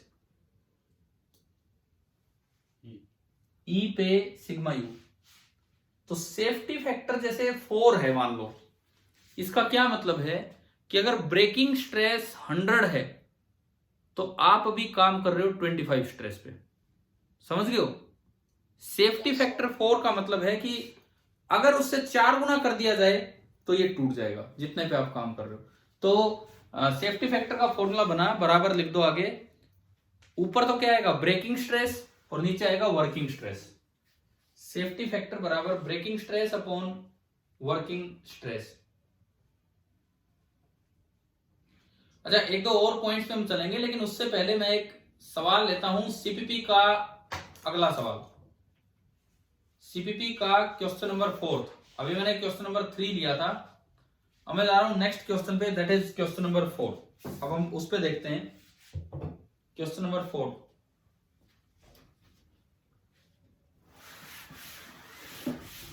हाँ जी, अभी तो 7 बजे तक है ये कक्षा. बीच में 7 बजे के बाद फ्री हो, 7 बजे के बाद 20 मिनट कहीं चलना है. हाँ, चॉकलेट लेकर, ये लो चॉकलेट. ठीक, ठीक है.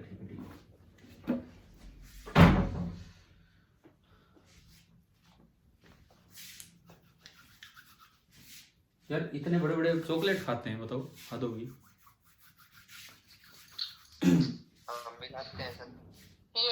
तो आप तो अभी छोटे ही हो, आप तो छोटे ही हो, ऐसी क्या बात है. चलिए देखिए, हम एक क्वेश्चन पे आ रहे हैं. घर पे क्लास लेने का हमें तो नहीं, लेकिन घर वालों को फायदा मिल जाता है.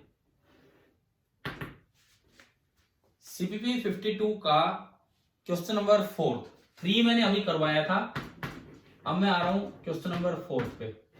यार आप लोग ना अटेम्प्ट नहीं करते हो, मतलब मेरे पास 1 या 2 बच्चे आंसर्स भेजते हैं. अब चीज गलत हो कुछ क्या फर्क पड़ता है उससे, बस मुझे पता लगेगा और किसी को नहीं पता लगेगा. आप भेजा तो करो. कई बार पीछे पढ़ाया हुआ काम सीपीपी में दिया जाता है. आज जैसे आगे जो आना था तो आपकी समझ उसमें दिखती कि क्या है, कितना हो पाया, नहीं भी हो पाया तो कोई फर्क नहीं पड़ता. अच्छा, अब देखिए, सुनो, अब मैं ये जो ग्राफ यहां दिया है मैंने, 2 ग्राफ्स का कंपैरिजन है. एक, अब ये शेप अलग अलग हो सकती है, जैसे जरूरी नहीं कि आगे वही की वही शेप चलती रही. ये ग्राफ तो क्यू का है और एक ऐसा कुछ ग्राफ दिखा रखा है.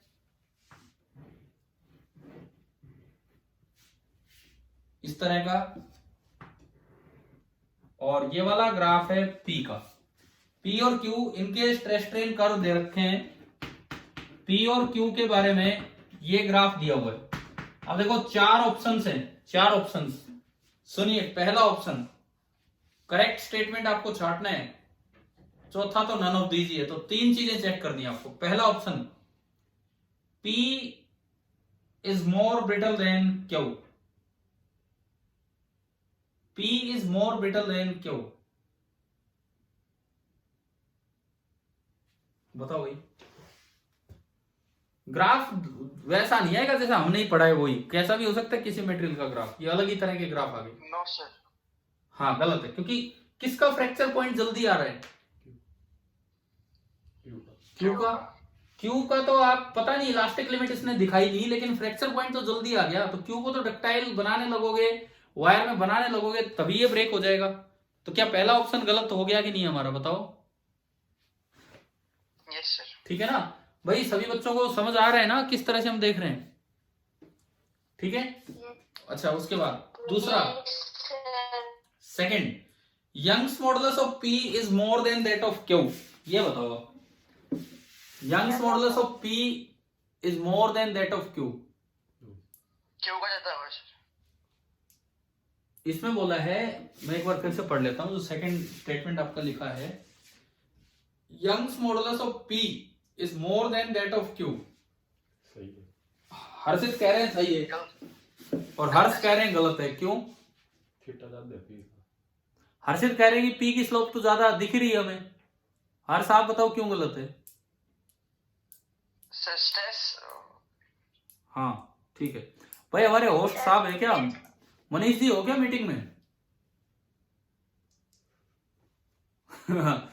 होस्ट बनकर पार है तो बोल क्यों नहीं रहे मनीष? चलो ठीक है, कहीं इधर उधर गए होंगे, कोई बात नहीं। ये हर्षित बता रहे थे, बोले जी घर पे तो क्या होता था, कभी हम पानी पीने चले गए, कभी कुछ, बस यहाँ पे थोड़ा ढंग से बैठ जाते हैं।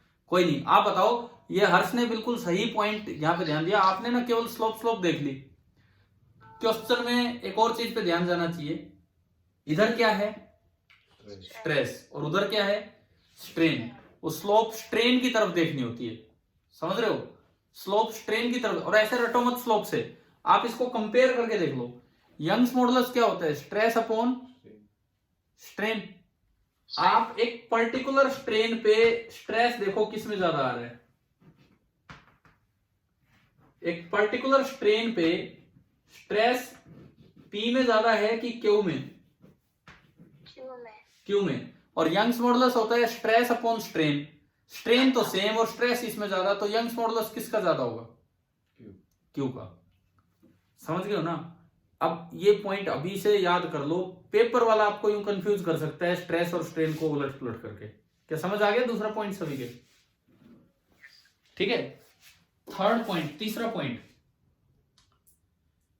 Q has more tensile strength than P. Q has more tensile strength than P. गलत है ना? Yes sir. क्यों गलत है? इसका रीजन दो, क्यों गलत है? क्यू, सर ग्राफ से कंपैरिजन कर लेंगे। मैं वही तो पूछ रहा हूं, क्यू ऊपर ज्यादा है या क्यू आगे ज्यादा है? कौन सी है? तो दोनों साइड, ऊपर भी है आगे भी है। किसकी वजह से आप ये गलत बता रहे हो?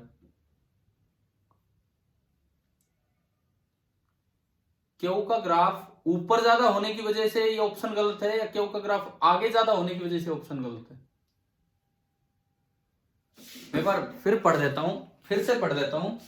Q has more tensile strength than P. P का ग्राफ मुझे बोलना चाहिए, पी का ग्राफ ऊपर ज्यादा है इसलिए ऑप्शन गलत है, या पी का ग्राफ आगे ज्यादा है इसलिए ऑप्शन गलत है?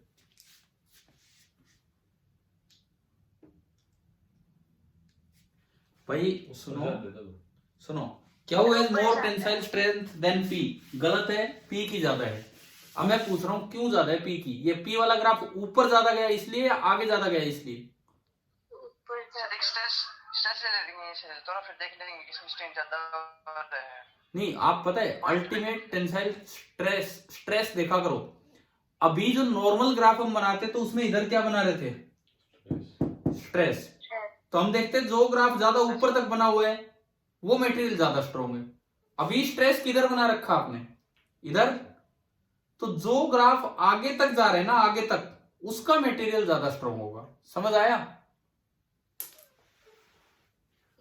है ना। तो बताओ कौन सा ग्राफ आगे गया। वैसे तो ऊपर भी उसी का जा रहा है, आगे भी उसी का, लेकिन ऊपर जाने की वजह से नहीं, आगे जाने की वजह से P ज्यादा स्ट्रॉन्ग है, जबकि ये कह रहा था कि क्यू की स्ट्रेंथ ज्यादा है। तो गलत हो गया। तो हमारा आंसर आ गया नन ऑफ दिस। आप बताओ क्या फोर्थ क्वेश्चन समझ आया कि नहीं आया? ठीक है, यस सर। ठीक है। मतलब ग्राफ बेस्ड इस तरह से कंपैरिजन आ सकते हैं कुछ भी। अब मैं 2-3 और टर्म्स पे चलता हूं यहीं पे। ये जो हमने ग्राफ पढ़ा इससे रिलेट करके 2-3 और टर्म्स पढ़ते हैं हम। चले भाई, ये क्वेश्चन अपने जरूर कर लिया करो कॉपी में। सर क्लास रिकॉर्ड हो रही है ना? हाँ। मतलब हिम्मत जवाब देगी, कैसी कैसी बात करने लग जाते हैं यार बीच बीच में। सर नेट खत्म हो गया फोन का। अच्छा कोई नहीं, तो क्लास तो यार ये पूछा मत करो, मैं कब कौन सी क्लास मिस की आप बताओ। एक क्लास 2 दिन जरूर रोकी थी, इसलिए कि कोई फायदा हो, कोई फायदा नहीं हुआ। वही 12 बच्चे, वही 13 बच्चे जो होते हैं वही थे, जो लाइव जो आते थे वही आ रहे हैं। ठीक है, फिर भी सर बता के ठीक है, लीव करें।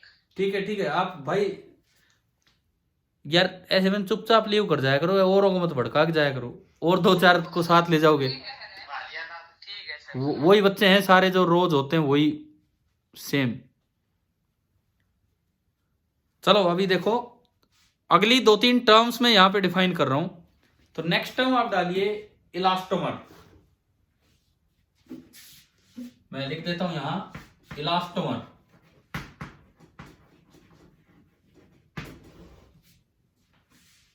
जैसे रबर।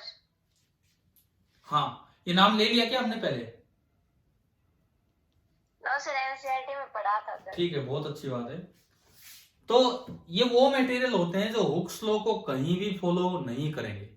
लिख दो, they do not follow Hooke's law. They do not follow Hooke's law.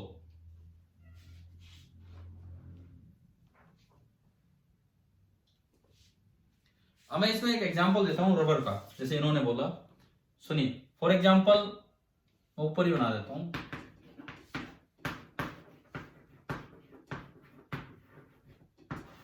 Rubber.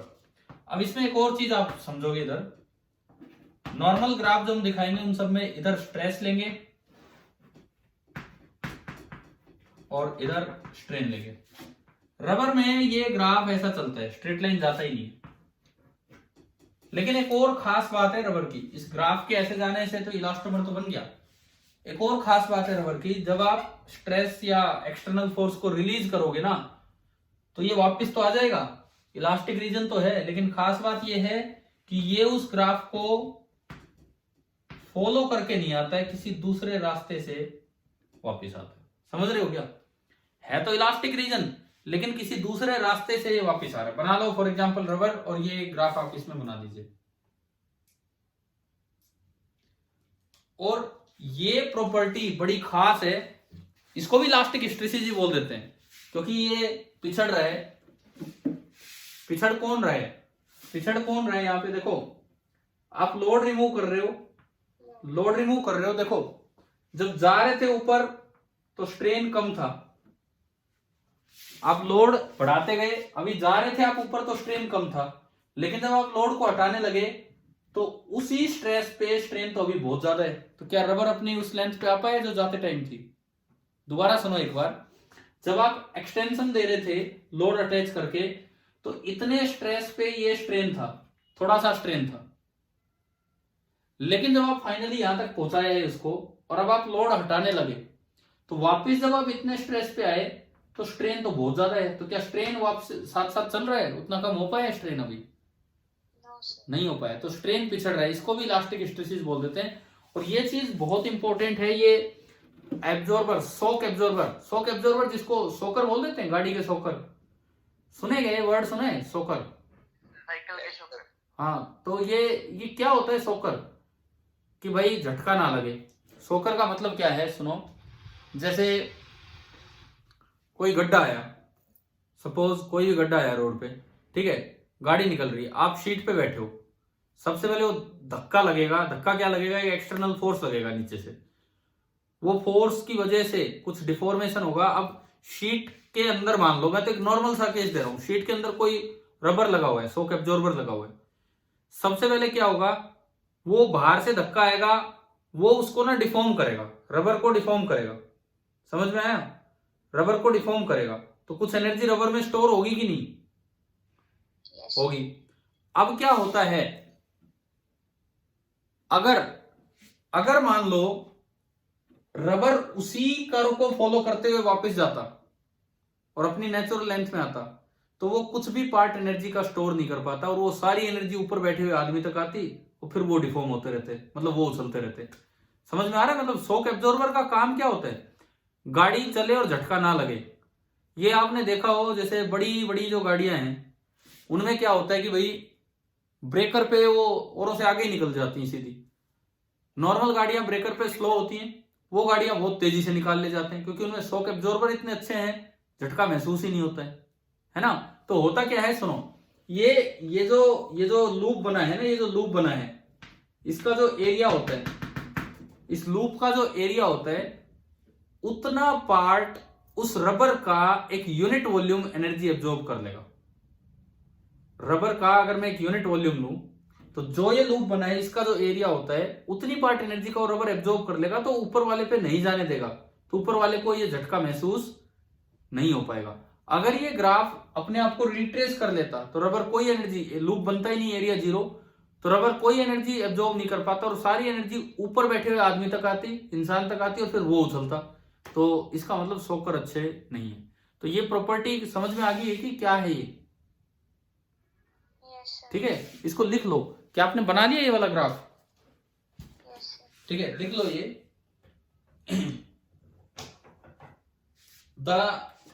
the original curve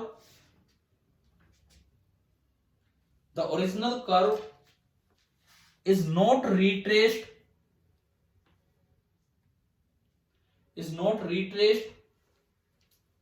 on removing the external force,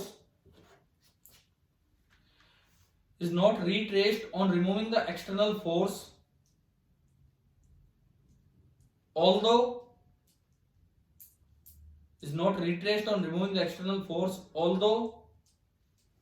it acquires its natural length। आ तो गया, वो स्ट्रेन तो जीरो हो गया। although it acquires its natural length।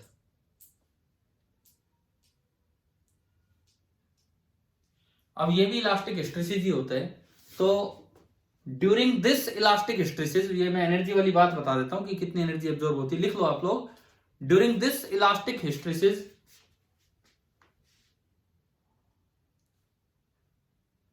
a particular amount of energy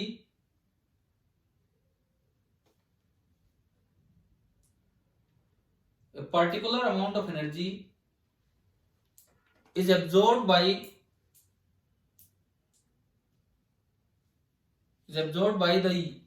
the unit volume of rubber,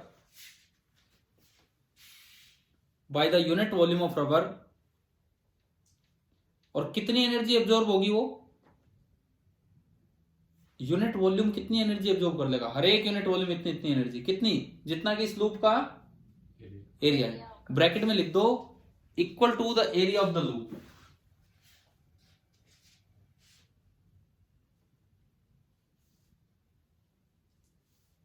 equal to the area of the loop.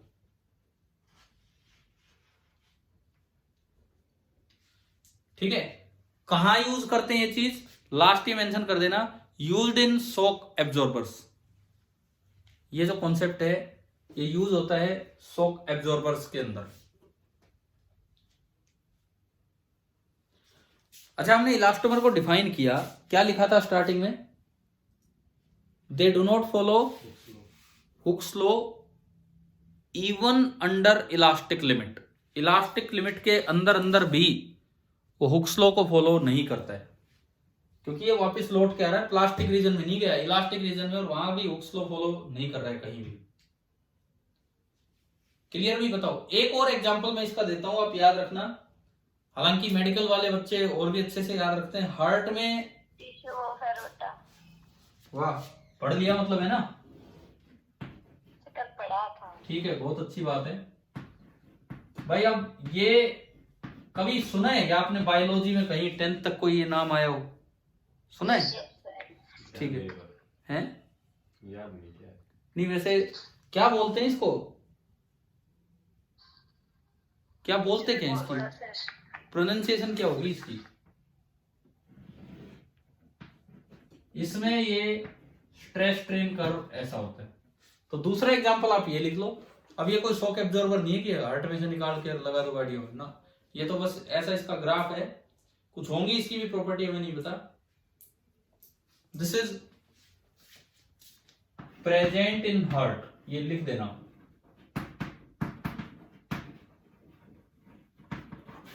Heart के अंदर ये present होता है। This is present in heart. चलो, ये elastomer word समझ आ गया क्या है? ठीक है। अब देखो दो और छोटे छोटे नाम है। नेक्स्ट हेडिंग आप डालना, next heading elastic after effect. मैं लिख देता हूं यहां पे कहीं, इलास्टिक आफ्टर इफेक्ट।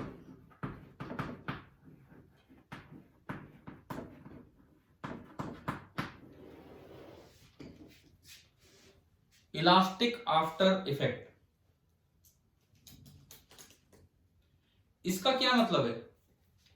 कई कई मटेरियल ऐसे होते हैं जिनमें आप डिफॉर्म करके छोड़ोगे तुरंत अपनी शेप को रीगेन कर जाएगा। लेकिन कई मटेरियल ऐसे होते हैं जिनको डिफॉर्म करके छोड़ा सुबह, रीगेन तो कर जाते हैं लेकिन शाम कर देते हैं रीगेन करने में। इस डिले को ही क्या नाम दिया जाता है? Elastic after effect. Elastic after effect, after effect मतलब डिफॉर्म करने के बाद कुछ इफेक्ट हुआ, वो आपको अब नजर आ रहा है और शाम तक जाते जाते ठीक हो जाएगा, उसका इफेक्ट फिर नहीं बचेगा। समझ आया इलास्टिक आफ्टर इफेक्ट का क्या मतलब है? ठीक है। इसका जो बेस्ट एग्जांपल है वो ग्लास फाइबर है, मैं लिखवाऊंगा अभी, लेकिन सुनो आप। जैसे क्या होता है, कुछ मटेरियल ऐसे हैं जो तुरंत कर जाएंगे, क्वार्ट्ज, फॉस्फर, ब्रोंज, ये क्या होते हैं, आप खींचो छोड़ो तुरंत वो अपनी शेप पे गया। लेकिन जो दूसरा मैंने नाम लिया ग्लास फाइबर, उनमें ऐसा होगा कि काफी डिले हो जाता है, तो इस इफेक्ट को नाम देंगे इलास्टिक आफ्टर इफेक्ट। आप लिख दीजिए क्या है, some elastic bodies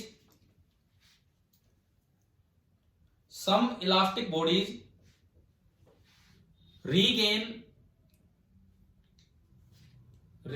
their natural configuration immediately. Natural configuration immediately. Bracket में एग्जाम्पल लिख देना आप, एग्जाम्पल। रिपीट करना एक बार। Some elastic bodies regain their natural configuration immediately. तुरंत रीगेन कर जाते हैं। ब्रैकेट में इसके एग्जाम्पल लिख दो, जैसे कि जो अभी मैंने लाइन लिखवाई उसके अंदर, क्वार्ट्ज, फॉस्फर, ब्रोंज, ये एक दो एग्जाम्पल आप मेंशन कर देंगे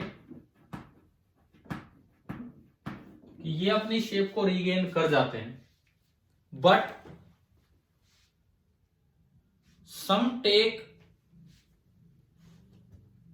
some take a long time to recover. Some take a long time to recover. Bracket में लिख देना ग्लास फाइबर, ब्रैकेट में लिख दो glass fibre. After removing the external force, after removing the external force.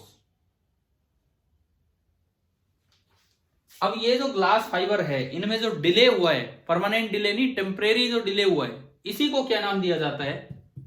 Elastic after effect. तो ये last line लिख देना, दिस टेम्परेरी डिले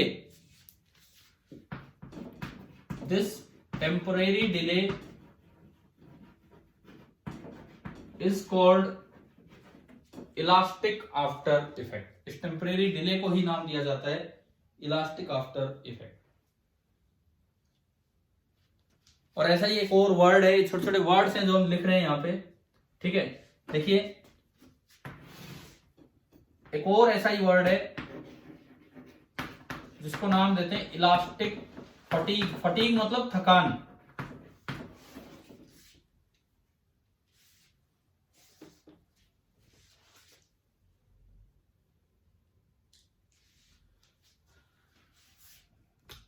देखिए इलास्टिक फटीग का क्या मतलब है, थकान होना। कोई बहुत अच्छा इलास्टिक मटेरियल था, बहुत अच्छा इलास्टिक मटेरियल था, आपने उसकी इलास्टिसिटी चेक करने के लिए उसको डिफॉर्म किया, छोड़ा, वो अपनी शेप को रीगेन कर लेते हैं। आप फिर डिफॉर्म करते हैं, फिर छोड़ते हैं, वो अपनी शेप को रीगेन कर लेते हैं। लेकिन आप कंटिन्यूअसली बार बार उसको डिफॉर्म करते रहेंगे तो जैसे इंसान थकता है ऐसे मटेरियल भी थक जाता है। तो क्या जरूरी है कि वो अपनी शेप को रीगेन कर ही पाए हर बार?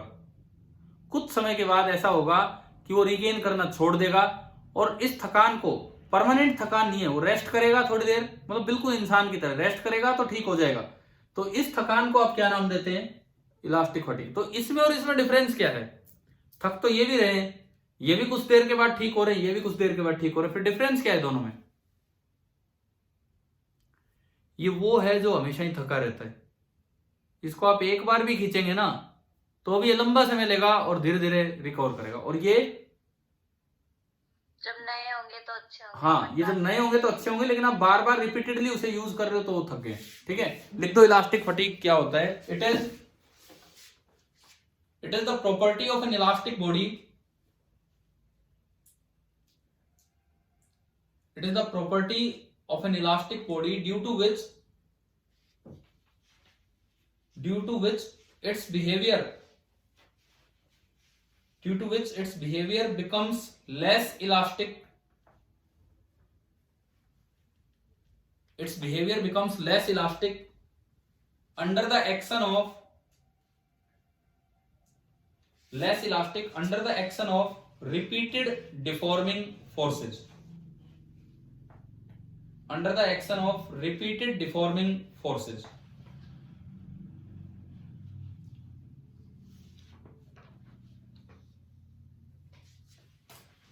चलो ये कुछ टर्म्स आपको समझ आ गई? ठीक है, अब सुने, एग्जांपल देना। क्या कह रहे हो? इसका एग्जांपल ये सबके साथ होगा। ये मैंने क्या लिखा है, it is the property of elastic body. समझ गए होगे? ये तो हर बॉडी की प्रॉपर्टी होगी कि भाई वो थक जाएगी अगर आप ज्यादा उसे इस तरह का काम लेते रहेंगे तो। ठीक है, अब देखो मैं सीपीपी नंबर 52 पे आता हूं। हमने इसके 2 सवाल डिस्कस किए हैं, 3rd एंड 4th, और क्वेश्चन इसमें दिए थे 6। तो मैं अब लाइन से जो बचे हुए 4 सवाल है इनकी तरफ आऊंगा। तो हम आ रहे हैं क्वेश्चन नंबर 1 पे। सीपी नंबर 52 का क्वेश्चन नंबर 1। आज की क्लास के बाद इसमें जो बचेगा इलास्टिसिटी में कुछ क्वेश्चन ऑफ डिस्कशन तो होंगे। आपको एडिशनल होमवर्क आज दिया जा रहा है, देखिए आपने सीपीपी में एडिशनल होमवर्क है ना, आपके ग्रुप पे है, अगर नहीं देखा हो तो देख लेना और कल तक वो जरूर करना, फिर हम वो डिस्कस भी करेंगे। और इसके अलावा जो टॉपिक बचेगा आप एनसीईआरटी से पढ़ेंगे, मैं समझाऊंगा, वो ऐसे नहीं समझ में आएगा। लास्ट टॉपिक है उस बुक का एप्लीकेशंस, उस थ्योरी पार्ट का, कि एप्लीकेशंस, ये जो इलास्टिक मटेरियल आप देख रहे हैं इनकी क्या एप्लीकेशंस है वो हम पढ़ेंगे। उन पे भी सवाल बनते हैं तो वो तो अगली क्लास का काम होगा, लेकिन साथ ही साथ जो एडिशनल होमवर्क है वो जरूर देखना जो सीपीपी में दिया हुआ है। अभी मैं आता हूं क्वेश्चन नंबर 1 पे, CPP number 52 and question number 1। देखिए क्या है पहला सवाल, थ्योरेटिकल क्वेश्चन है। 2 bodies having mass small m and capital M collide with each other. Collision का एक क्वेश्चन एक तरह से है। एक का मास स्मॉल m, एक का मास कैपिटल M, और ये दोनों टकरा गए, कैसे भी करके ये टकरा गए, है ना। अब ये लिखता है कोफिशिएंट ऑफ रेस्टिट्यूशन, पढ़ा हमने उसको, क्या सिंबल देते थे? E। जो इस कोलिजन का E होगा वो depends upon young modulus of elasticity of heavier body, young modulus of elasticity of heavier body only, A option ये है। Young modulus of elasticity of lighter body only, young moduli MODULI ये plural है उसका, of elasticity of both the bodies, या इस बात पे depend करेगा, चौथा ऑप्शन कहता है कि whether the collision is head on और ऑब्लिक। पहले तो ये बताओ, चौथे ऑप्शन की मैं बात करूं, क्या E की वैल्यू इस बात पे डिपेंड करती है कि ये 2 बॉल थी, हेड ऑन टकराएंगी तो E हाफ होगा, ऑब्लिकली टकराएंगी तो E 1/3 होगा? No sir. बिल्कुल नहीं, है ना। तो आखिरी ऑप्शन तो गलत, डी ऑप्शन आएगा। हाँ। ये तो दोनों का नेचर क्या है उस पे। तो एक चीज, वहां पे जो ई हम यूज करते थे, उस ई की और डेप्थ में चले तो वो ई यहां का है, मतलब यंग मॉडुलस पे वो डिपेंड करता है। दोनों मटेरियल्स के मॉडुलस ऑफ इलास्टिसिटी पे वो डिपेंड करेगा कि ई कितना है। कभी भी एक अकेले मटेरियल का ई नहीं होगा, बिटवीन दिस एंड दिस आपका ई होगा। तो किस पे डिपेंड करेगा ये? दोनों पे, है ना। आंसर आ गया आपका सी। समझ में आ गया पहला सवाल। अब मैं आता हूं क्वेश्चन नंबर सेकंड पे। टोटल 6 ही सवाल है, उन्हीं पे हम आ रहे हैं। क्वेश्चन नंबर सेकंड पे मैं आ रहा हूं। ये इसमें लिखता है a metal wire is stretched beyond it's elastic limit. ये तो स्ट्रेस स्ट्रेन कर्व पे है, स्ट्रेस स्ट्रेन कर्व पे है। एक मेटल वायर को स्ट्रेच कर दिया इलास्टिक लिमिट से आगे and then release. Elastic limit मतलब ए या बी? अभी जो पढ़ा बी। बी। बी से आगे आप ले गए, बी से आगे जाके आपने उसे रिलीज किया, ठीक है। तो इट, अब इसके बाद 4 ऑप्शन है। ये ऑप्शन आएगा सर। सी बोल रहे हो आप, ठीक है। 4 ऑप्शन है, अब सुनिए। पहला ऑप्शन कौन सा बताया आपने answer? A for Apple. A for Apple. तो पहला ही हम पढ़ते हैं, सुनिए। It loses it's elastic property completely and will not contract. क्या वो बिल्कुल ही इलास्टिक प्रॉपर्टी भूल जाएगा और कॉन्ट्रैक्ट ही नहीं करेगा, जहां छोड़ दिया वहीं रहेगा? करेगा सर कॉन्ट्रैक्ट। हाँ बिल्कुल करेगा भाई, ये तो गलत है। देखो आपको ध्यान हो, हमने कहा था ये स्ट्रेस, ये स्ट्रेन परमानेंट सेट तक पहुंचाया था ना उसे, यहां जाके छोड़ा, ये बी तो यही हो लिया। तो क्या ये वापस आया था कि नहीं? क्या यहीं रह गया या कुछ पीछे आया है, कॉन्ट्रैक्ट किया है? पीछे आया है, तो ये तो गलत हो गया। ए ऑप्शन तो गलत हो गया। B option will contract to its original length. जब वो इलास्टिक लिमिट को क्रॉस कर चुका तो क्या वो वापस ओरिजिनल लेंथ पे आएगा? नहीं आएगा, ये भी गलत। C option will contract to its length at elastic limit. ये कह रहा है कि ये वहां आ जाएगा जितनी लेंथ इसकी इलास्टिक लिमिट पे थी। क्या ऐसा कुछ पढ़ा है हमने कि ये बी वाली स्ट्रेन पे आके रुकेगा? नहीं ना। डी क्या कहता है सुने, विल कॉन्ट्रैक्ट, कॉन्ट्रैक्ट तो होगा but final length will be greater than original length. Contract तो होगा लेकिन अब जो फाइनल लेंथ बची है वो जो ओरिजिनल लेंथ मतलब नेचुरल लेंथ, क्या उससे ज्यादा है फाइनल लेंथ? हाँ जी बोलो। हाँ, क्योंकि उसमें कुछ स्ट्रेन रह गया है तो वो कुछ ज्यादा है। तो इसका जो आंसर बना, इसका आंसर आपका क्या बना? डी। सवाल नंबर 1 हो गया, सवाल नंबर 2 हो गया, 3 और 4 हमने डिस्कस कर लिए हैं। अब 2 और क्वेश्चन बचे हैं, 5 और 6। पहले मैं 6th पे आता हूं, क्वेश्चन नंबर 6। उसके बाद हम 5th पे आएंगे। 0 देखते हैं भाई। सुनो आप सभी लोग, सवाल सुनिए। द बल्क मॉडुलस, आपको बल्क मॉडुलस बताना है। एक 0 आंसर दे रहे हैं, एक इनफाइनाइट। बल्क मॉडुलस बताना है किसके लिए? क्वेश्चन नंबर 6 हम ले रहे हैं। बल्क मॉडुलस बताना है for a perfectly rigid body. अब एक बार देखो, परफेक्टली रिजिड बॉडी, आप rigid motion, rigid body sorry rotational में पढ़ के आए हैं। ये एक परफेक्टली रिजिड बॉडी है। मैंने यहां पे एक लोड अटैच कर दिया, तो रुका रहेगा आराम से। परफेक्टली रिजिड बॉडी ये रेस्ट पे है। परफेक्टली रिजिड है तो क्या ये खींचेगा? No sir. नहीं खींचेगा। क्या इसमें स्ट्रेस आएगा? No sir. क्यों नहीं आएगा? सुनो, ये रेस्ट पे है तो इस पे नेट फोर्स कितना? नेट फोर्स 0 नेट फोर्स 0, जिसमें नीचे तो लग रहा होगा वेट mg, तो दूसरा फोर्स कौन लगा रहा होगा? जो इसका फोर्स है वही तो खींच रहा होगा। हाँ, तो बताओ क्या स्ट्रेस आ गया कि नहीं? स्ट्रेस नॉन जीरो और स्ट्रेन कितना है? 0। और मॉडुलस क्या होता है? कोई भी modulus stress upon strain. 0 upon non zero क्या हुआ? कितना आया? Infinite. Non zero upon zero ऐसे। हाँ sorry, non zero upon zero, वही बोल रहा हूं मैं, गलती से बोल गया। 0 upon non zero. Non zero upon zero कितना होता है? 0। नॉन जीरो अपॉन जीरो 0 होता है। अरे non zero upon zero zero थोड़ी होता है, zero upon non zero zero होता है। नॉन जीरो 1/0 कितना होता है? इनफाइनाइट बोलते हैं कि नहीं हम? इनफाइनाइट। हाँ, तो इसका आंसर आ गया इनफाइनाइट, सी ऑप्शन। अब एक लास्ट क्वेश्चन इसका बचा है, 5वां सवाल। तो पहले इसका आंसर बताना।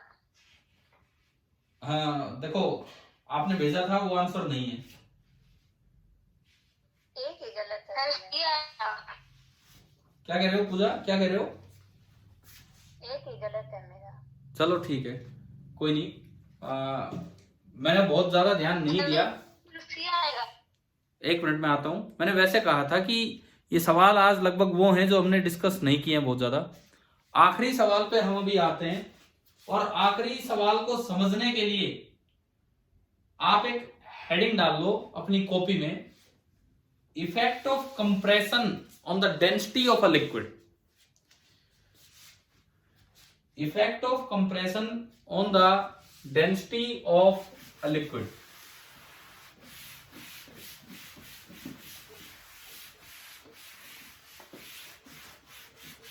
Effect of compression on the density of a liquid. अच्छा, मैं आपको इसका आंसर बता देता हूं ताकि आप, मैं अभी नहीं करवा रहा हूं, आपको एक हिंट दे रहा हूं बस। इस 5वें सवाल का ऑप्शन आना है डी, और इसमें एक वर्ड यूज किया है कंप्रेसिबिलिटी। हमने पढ़ा था बल्क मॉडुलस का रेसिप्रोकल होता है कंप्रेसिबिलिटी, है ना? तो वो इसमें यूज करवाया गया है। और मैं आपको हिंट के तौर पे एक और देता हूं। एक तो मैंने इसका आंसर बता दिया, एक आप एक काम करना, HCV का इस चीज को समझने के लिए पेज नंबर 301 पे क्वेश्चन नंबर 14 है।